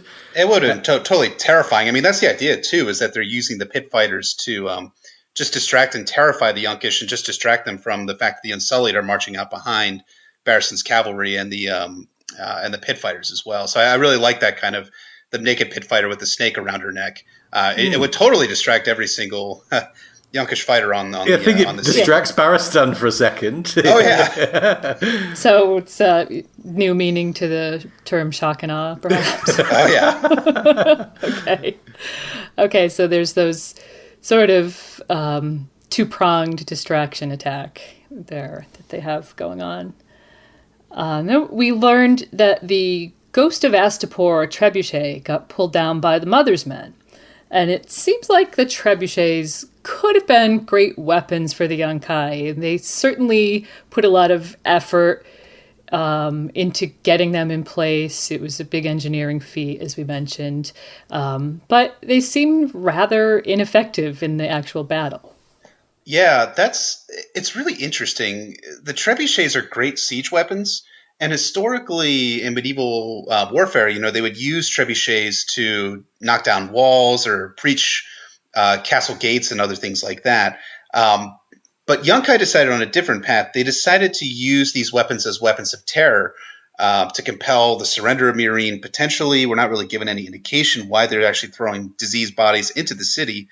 But the funny thing is, after the battle commences, the Yunkish really they keep throwing bodies at the city without utilizing their weapons for the army that's approaching, and it's just tearing them to pieces. I mean, and there's an argument to be made that maybe the siege weapons aren't going to be as super effective against Barristan's army, but at the same time, it's really just a poor use of it to just continue form, essentially, just throwing bodies into the city. It's symptomatic of their disorganization, isn't it? Yeah, it really is. It's totally the Yunkish being just not giving good orders. I mean, we saw in the battle itself how they got how the Second Sons received 3 sets of completely contradictory orders from the different Yunkish commanders on the battlefield.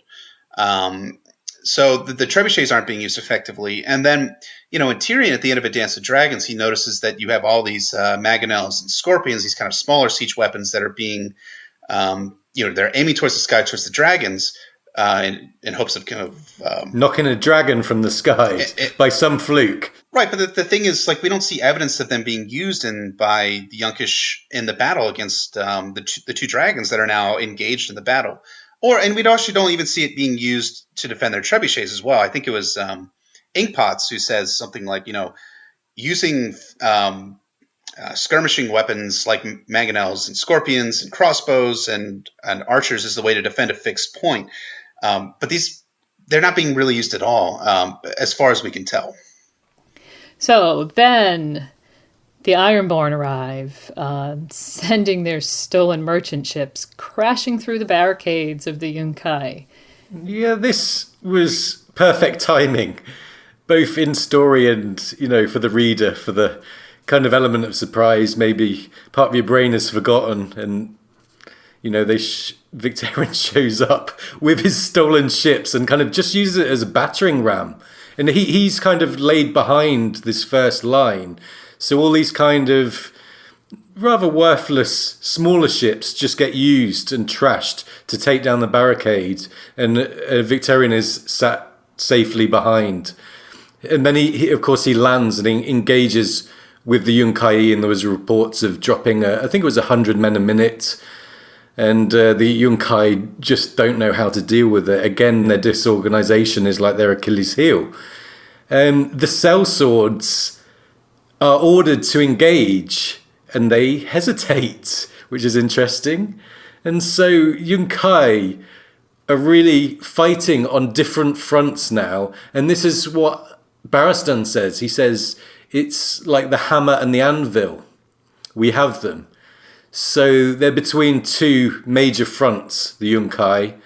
They're kind of being taken in the rear by this surprise attack. and they just don't know what to do with it. Their sellswords do not want to fight the Ironborn. And speaking of sellswords, then we have the Windblown and the Second Sons turning cloak. So just how much of a blow is that to the Yunkai? Well, it's a really serious blow for a number of reasons. The macro one is that now we have Yunkish, you have armies and units in the Yunkai's lines who are disloyal, are well-trained and good soldiers who are now in their rear. So picture this. The Yunkish have the Unsullied pushing up against them directly to their front. To their left flank and to their rear, they have the Ironborn that are just cleaving through them from Slaver's Bay. And then behind them now we have the Windblown and the Second Sons that are a very strong cavalry force that are in their rear. Like, it's a terrible situation for Yunkai. And they lose the speed of the cavalry units, don't they? They do, yeah. The really interesting thing is that the Yunkish now no longer have any strong cavalry force. In the Tyrion 2 chapter from The Winds of Winter, we're told that the long lances have been destroyed by Marcellin's men, by one of the Free Company. So now they just have a completely, at least in the South Camp, a total infantry force there with 2 large cavalry forces in their rear, the Ironborn to their left, and the Unsullied pushing against them to their front. The camp is in total chaos. Okay, so chaos and disorganization from the Yunkai and boons for the Meereenese. But as we know, in A Song of Ice and Fire, things can change. So now let's talk about what might happen next. And let's start with the pit fighters. We talked about them creating chaos on the battlefield, but it's kind of strange they're fighting for Barristan. It's really strange they're fighting for Barristan. It's one of those things that I learned in the military kind of early on, was that if your attack is going really well, it's probably an ambush. So what is the actual role of the pit fighters in this battle itself? Now, we think outwardly they're fighting, they're creating chaos in the Yunkish lines for the Meereenese, but are they actually loyal to Barristan? Or are they loyal to the Sons of the Harpy or to Histar's Lorak? One of the things that Barristan hears in the initial charge is that he hears the pit fighters shouting for Histar's Lorak, so it might not be as transparent. They might not be as loyal to Barristan as they seem. And they might have some reasons why they're not loyal to Barristan as well. One of those reasons that comes up is that Barristan has kept the fighting pits closed in Meereen, but also Barristan killed their best fighter. They killed Kraz in that famous scene from A Dance of Dragons. And so they have an economic motive, and they also have a personal motive as well to knock Barristan out of power. The Sons of the Harpy, though, being this kind of secretive insurgent organization, could be feeding them information and also feeding them orders as well as to what they're supposed to do out on the battlefield. The Sons of the Harpy likely derived from the great masters of Meereen, so we're looking at them potentially giving the pit fighters orders to go out and just kind of, well, honestly, to kill Barristan when they have a chance, or to take a shot at Barristan. So one of the things I was thinking when I did like the essay series about a year ago is that there's Barristan has this kind of low opinion of sellswords, but he starts kind of admiring them during the battle. He sees Jokun and the Widower, and he starts thinking about how good of fighters they are. And I thought it'd be kind of funny, and I agree with you guys from your last podcast. I don't think Barristan's going to die in the Battle of Fire, so I was curious of whether the sellswords are going to save his life from the pit fighters who are out for blood on behalf of the Sons of the Harpy.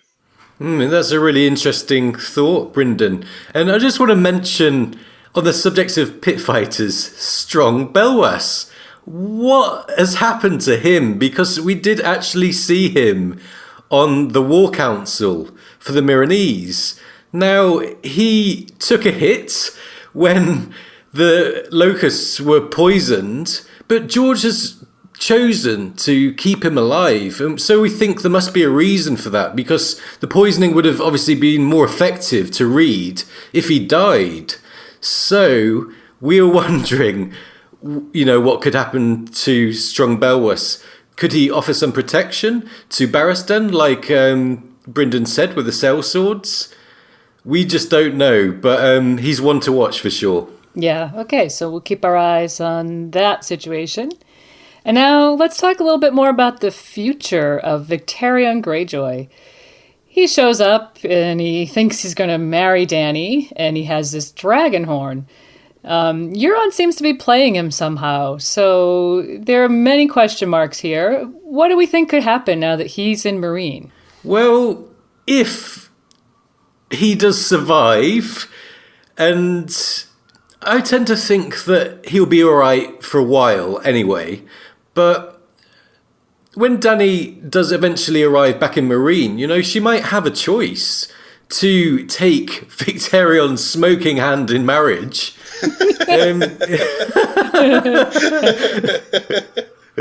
In order to gain, transportation to take her army back to Westeros, which is something we're going to discuss later.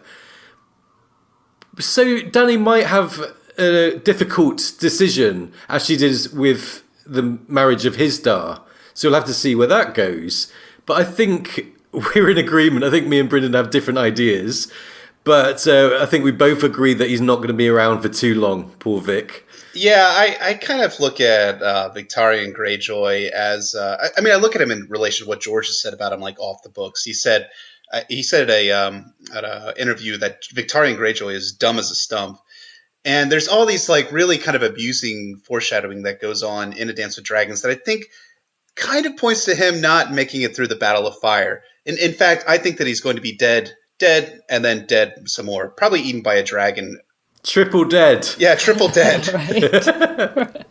Or if you believe the theory that he was died and was reborn by Mokoro, then he's double dead. Brought back just to be killed again. Yes. I think that Victarion is going to be attacked and eaten by Rhaegal. And the reason for that is that Rhaegal is the dragon that's circling over the sea battle going on. And Victarion Greyjoy is actually staying behind his Trojan fleet and planning on blowing the dragon horn as soon as he gets the chance. And there's kind of an amusing quote that Mokoro has, which, he gives to Victarion, which kind of really boosts his ego, but it might have a little bit of a different implication when read from the light of Victarion's coming fire and blood future. Right, that's this one. The Lord of Light has shown me your worth, Lord Captain. Every night in my fires, I glimpse the glory that awaits you. Yeah, it's kind of really funny if you think about it, because Victarion thinks, I'm just going to have a glorious future. And I think there's another quote, too, about him like striding through the fire carrying an axe dripping with blood, which to me is more Mokoro just being like, hey, Victarion, you're going to die horrifically in the Battle of Fire. So what the question brings up, and I know we're not probably going to get into it a whole lot here, but what's actually going to happen when Victarion blows the dragon horn? Are the dragons going to be bound to him? Are they going to be bound to someone else? Are they going to go crazy? I've kind of played with the idea, and I'm not 100% on board with it, but I figure it's worth talking about, that I think that what happens when Victarion blows the dragon horn is that the dragons aren't going to be bound to Victarion. Instead, they're going to be bound to someone else. Someone else being Euron Greyjoy, which I know is kind of controversial in some quarters, but I at least want to present the theory as something to talk about, to think about a little bit more. One of the things I did when I wrote the essay series is that I thought about what Euron's role is. What is he doing in the Reach? What is his ultimate goal and aim? And his ultimate goal and aim is to seize the Iron Throne with the use of dragons.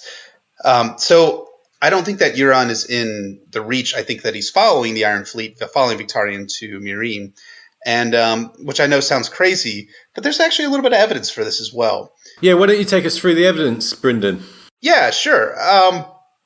One of the coolest little things is that when George R.R. Martin was writing A Dance of Dragons, right after he published A Feast for Crows, he read a early Daenerys chapter from A Dance with Dragons, and it's a little bit different from the published version in a really one key way. I think Lady Gwyn has the quote on it.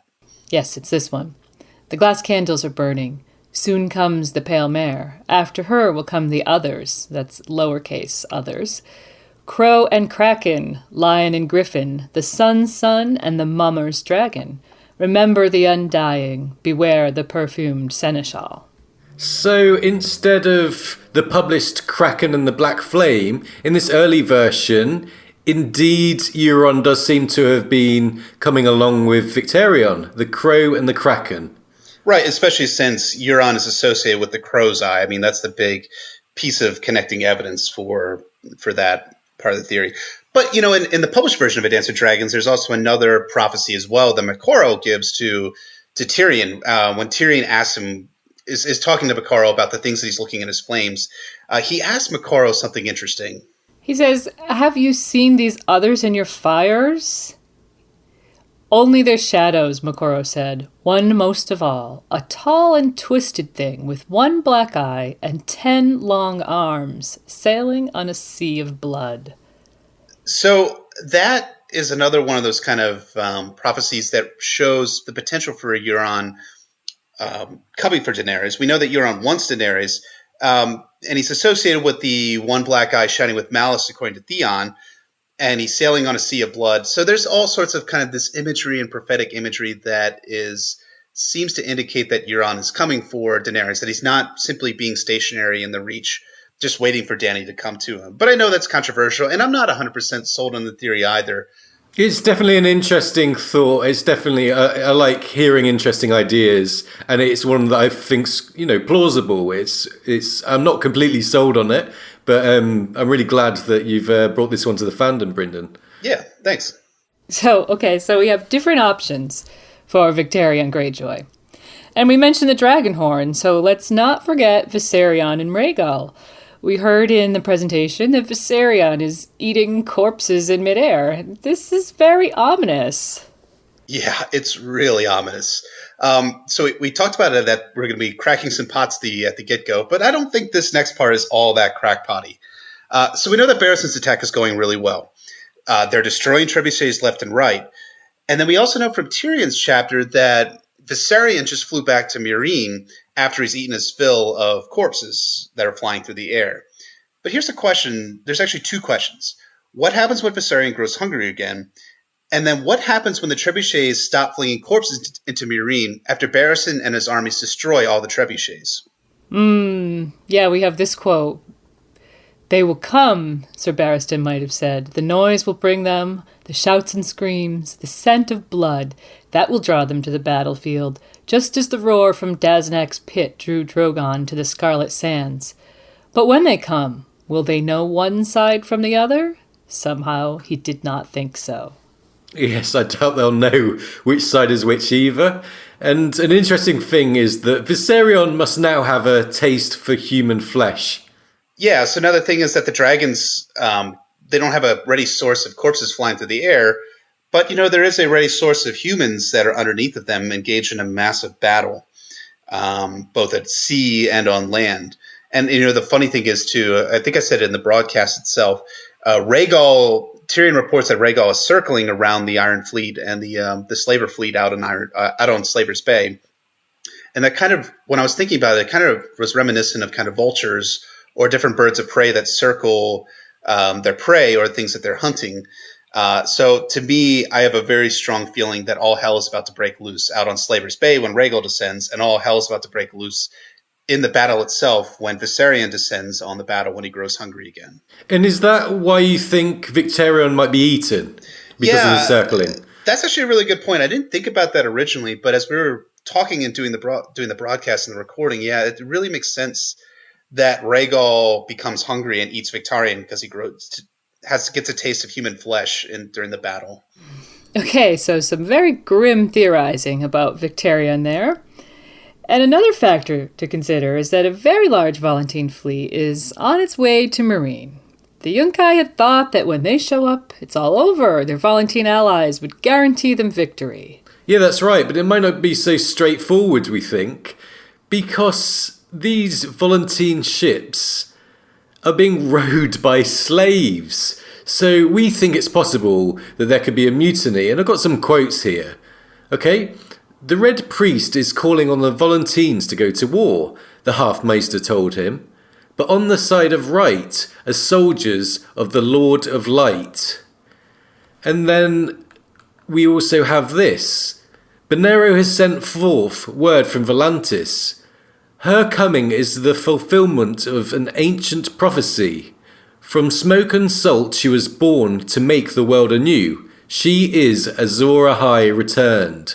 So the indication is that Bonero thinks that Dany is Azor Ahai.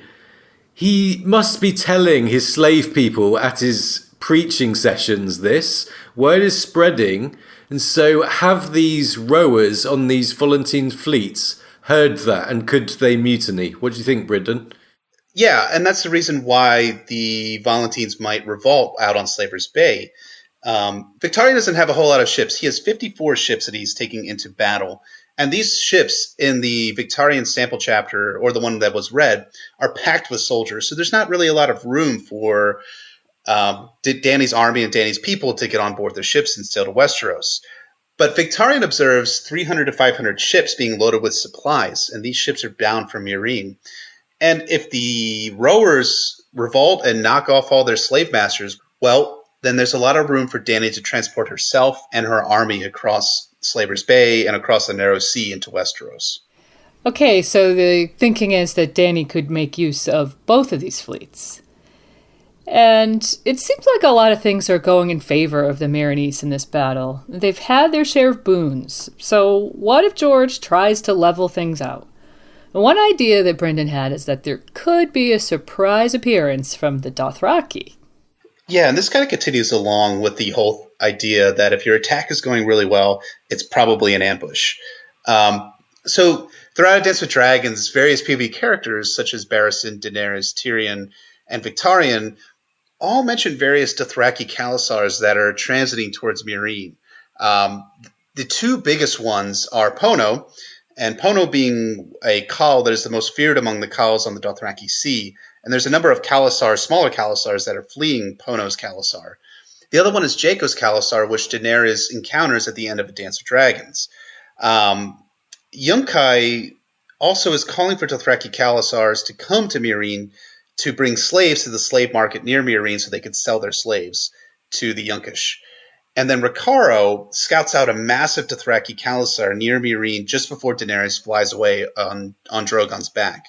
So one of the things I was thinking about is, well, things are going awfully well. Even if if an attempt is made on Barristan's life, that might not be the real game changer in the battle. But what could be a game changer in the battle is if a Dothraki Khalasar arrives on the battlefield just as Barristan and his army are about to win. Now, an objection might be made that the Khalasar in question that's coming to Meereen is Jaqo's Khalasar, which Daenerys encounters, which I think you guys are going to talk about next time around, but might have some major implications for the Winds of Winter for Daenerys and her arc. But more intriguingly, I think it could be Pono's Khalasar that shows up outside of Meereen. And imagine this. You have a massive battle going on outside of Meereen's gates between tens of thousands of infantry, 5,000 Unsullied, cavalry, all these things. And all of a sudden, a Dothraki Khalasar of 20,000 shows up, all horsemen, engaged, and they're looking across the battlefield. And they see this huge infantry host and this huge cavalry host assembled on opposite sides. It's very possible that the Dothraki could charge the Unsullied and charge Barristan's army. And that is such a good thought, isn't it? I mean, obviously quite horrible. But as a reader, this is what we want, the excitement. A Cohort 2.0. Is this what you're thinking, Brynden? Yeah, it could resemble Cohort. And that's pretty exciting in terms of battlefields. Yes. Okay, so some very exciting possibilities. But after war is said and done, what will life be like inside Meereen? Read the Shavepate's brazen beasts have been in the city during the war, and we know that the Shavepate doesn't like his Dar. That's putting it mildly. What sort of city will Barristan return to if the war is won? Well, Brynden's got some really good ideas, so I think we should hand over to him. His theory is called the Day of the Long Knives. I don't know if it's a good theory. It's a pretty tragic theory if you think about it. In A Dance with Dragons, the Shapepate is consistently counseling Daenerys towards violence and towards committing very horrific acts in order to bring peace to Meereen.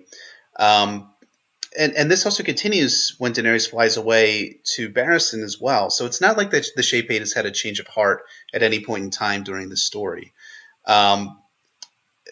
He's consistently counseling Daenerys and Barristan to not negotiate with the Great Masters, but to actually put them down very violently and very cruelly. And there's a number of really interesting quotes from A Dance with Dragons that really kind of speak to Skahaz's mentality and how to deal with the Great Masters.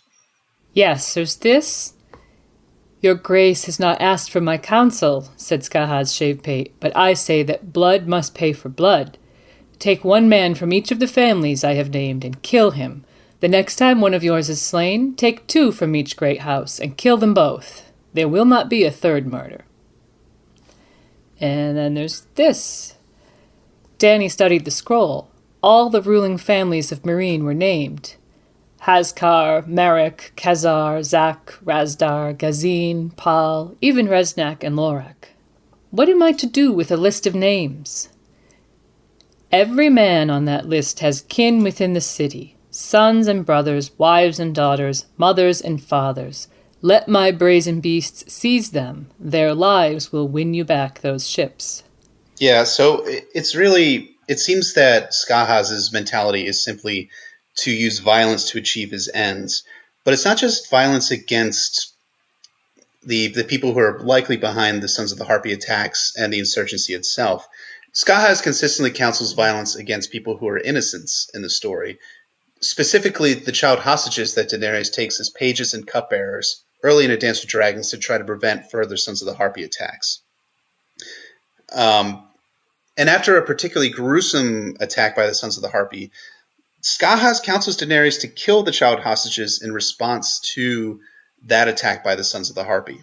Right, he says, the Sons of the Harpy are laughing in their pyramids. What good are hostages if you will not take their heads?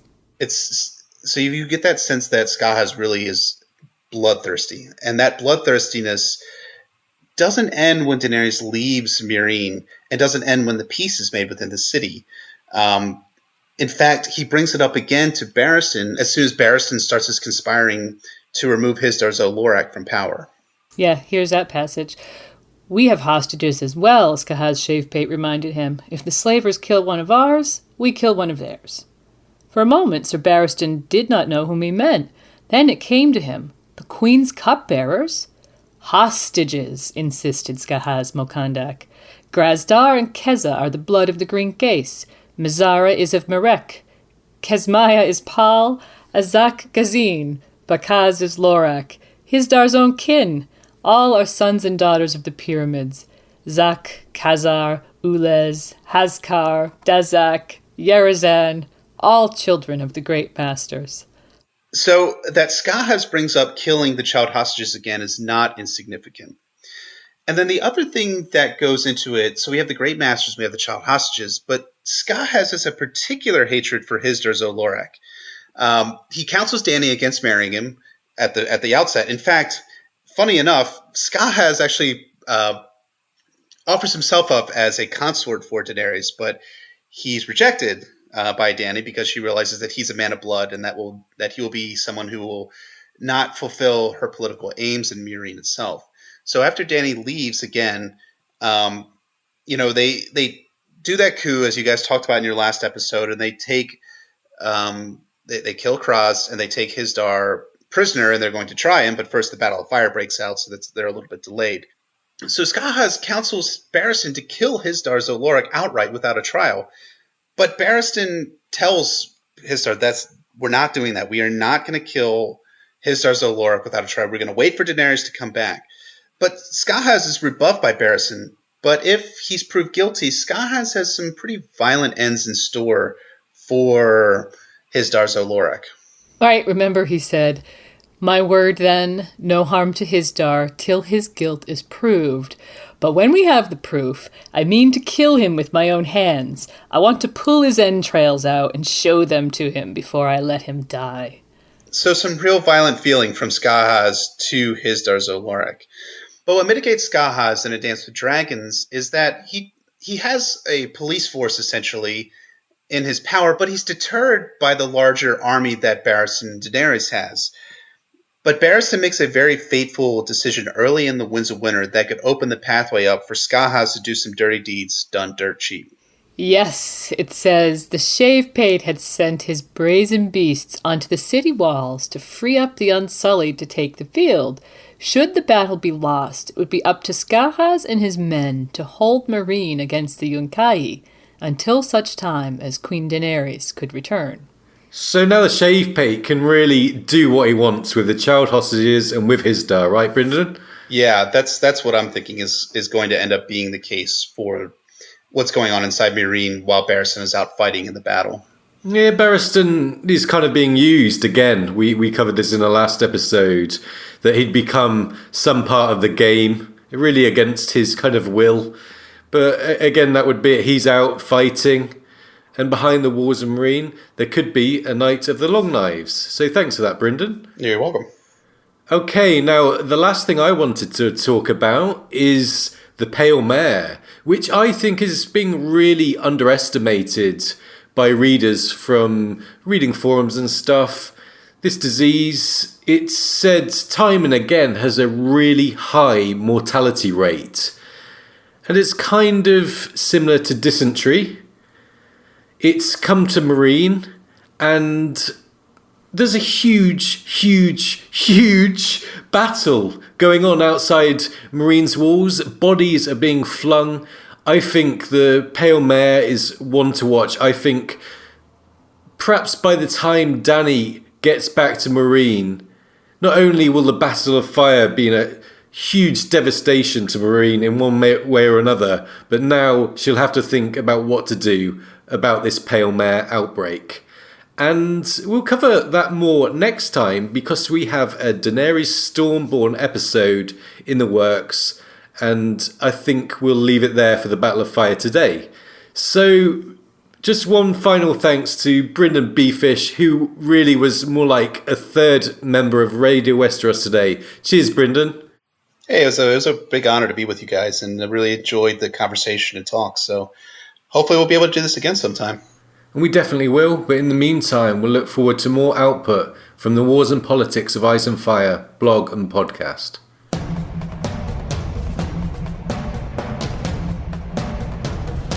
So that's all on the Battle of Fire. We tried to push boundaries with this podcast, and we really hope you had fun listening. You can give us something back by helping to spread the word. And up next, we have a look at Daenerys Targaryen, so we hope you come back soon for some more Radio Westeros. And now it's time for some credits. As always, thanks so much to George R.R. Martin for creating the world of Westeros. And today we use lots of sounds, so there are lots of credits. Thanks to Kevin MacLeod from Incompetech.com. We used Air Prelude, Machinations, and Mysterioso March today. And thanks to Rick Van Man from musicforyourvids.co.uk. His Heading to War and Emotional Strings were used. And thanks to Producer Loops for their Symphonic Series Volume 8 scoring system, with which Yolkboy was able to add scores to some of the sections. There were heaps of sound effects used today, so we'll put all the details in the MP3 tag and on our website. Visit RadioWesteros.com for full licensing details, and it's also the best place to get quick access to our podcasts and follow us on Facebook, Twitter, and Tumblr. Finally, one final shout out to our guests, BryndenBFish, Stephen Attewell, Aziz, and Valkyrist. Thank you so much for helping us to make this podcast. We couldn't have done it without you guys. And thanks to you listeners for tuning in. Join us next time for some Dany and the Dragons. Bye for now.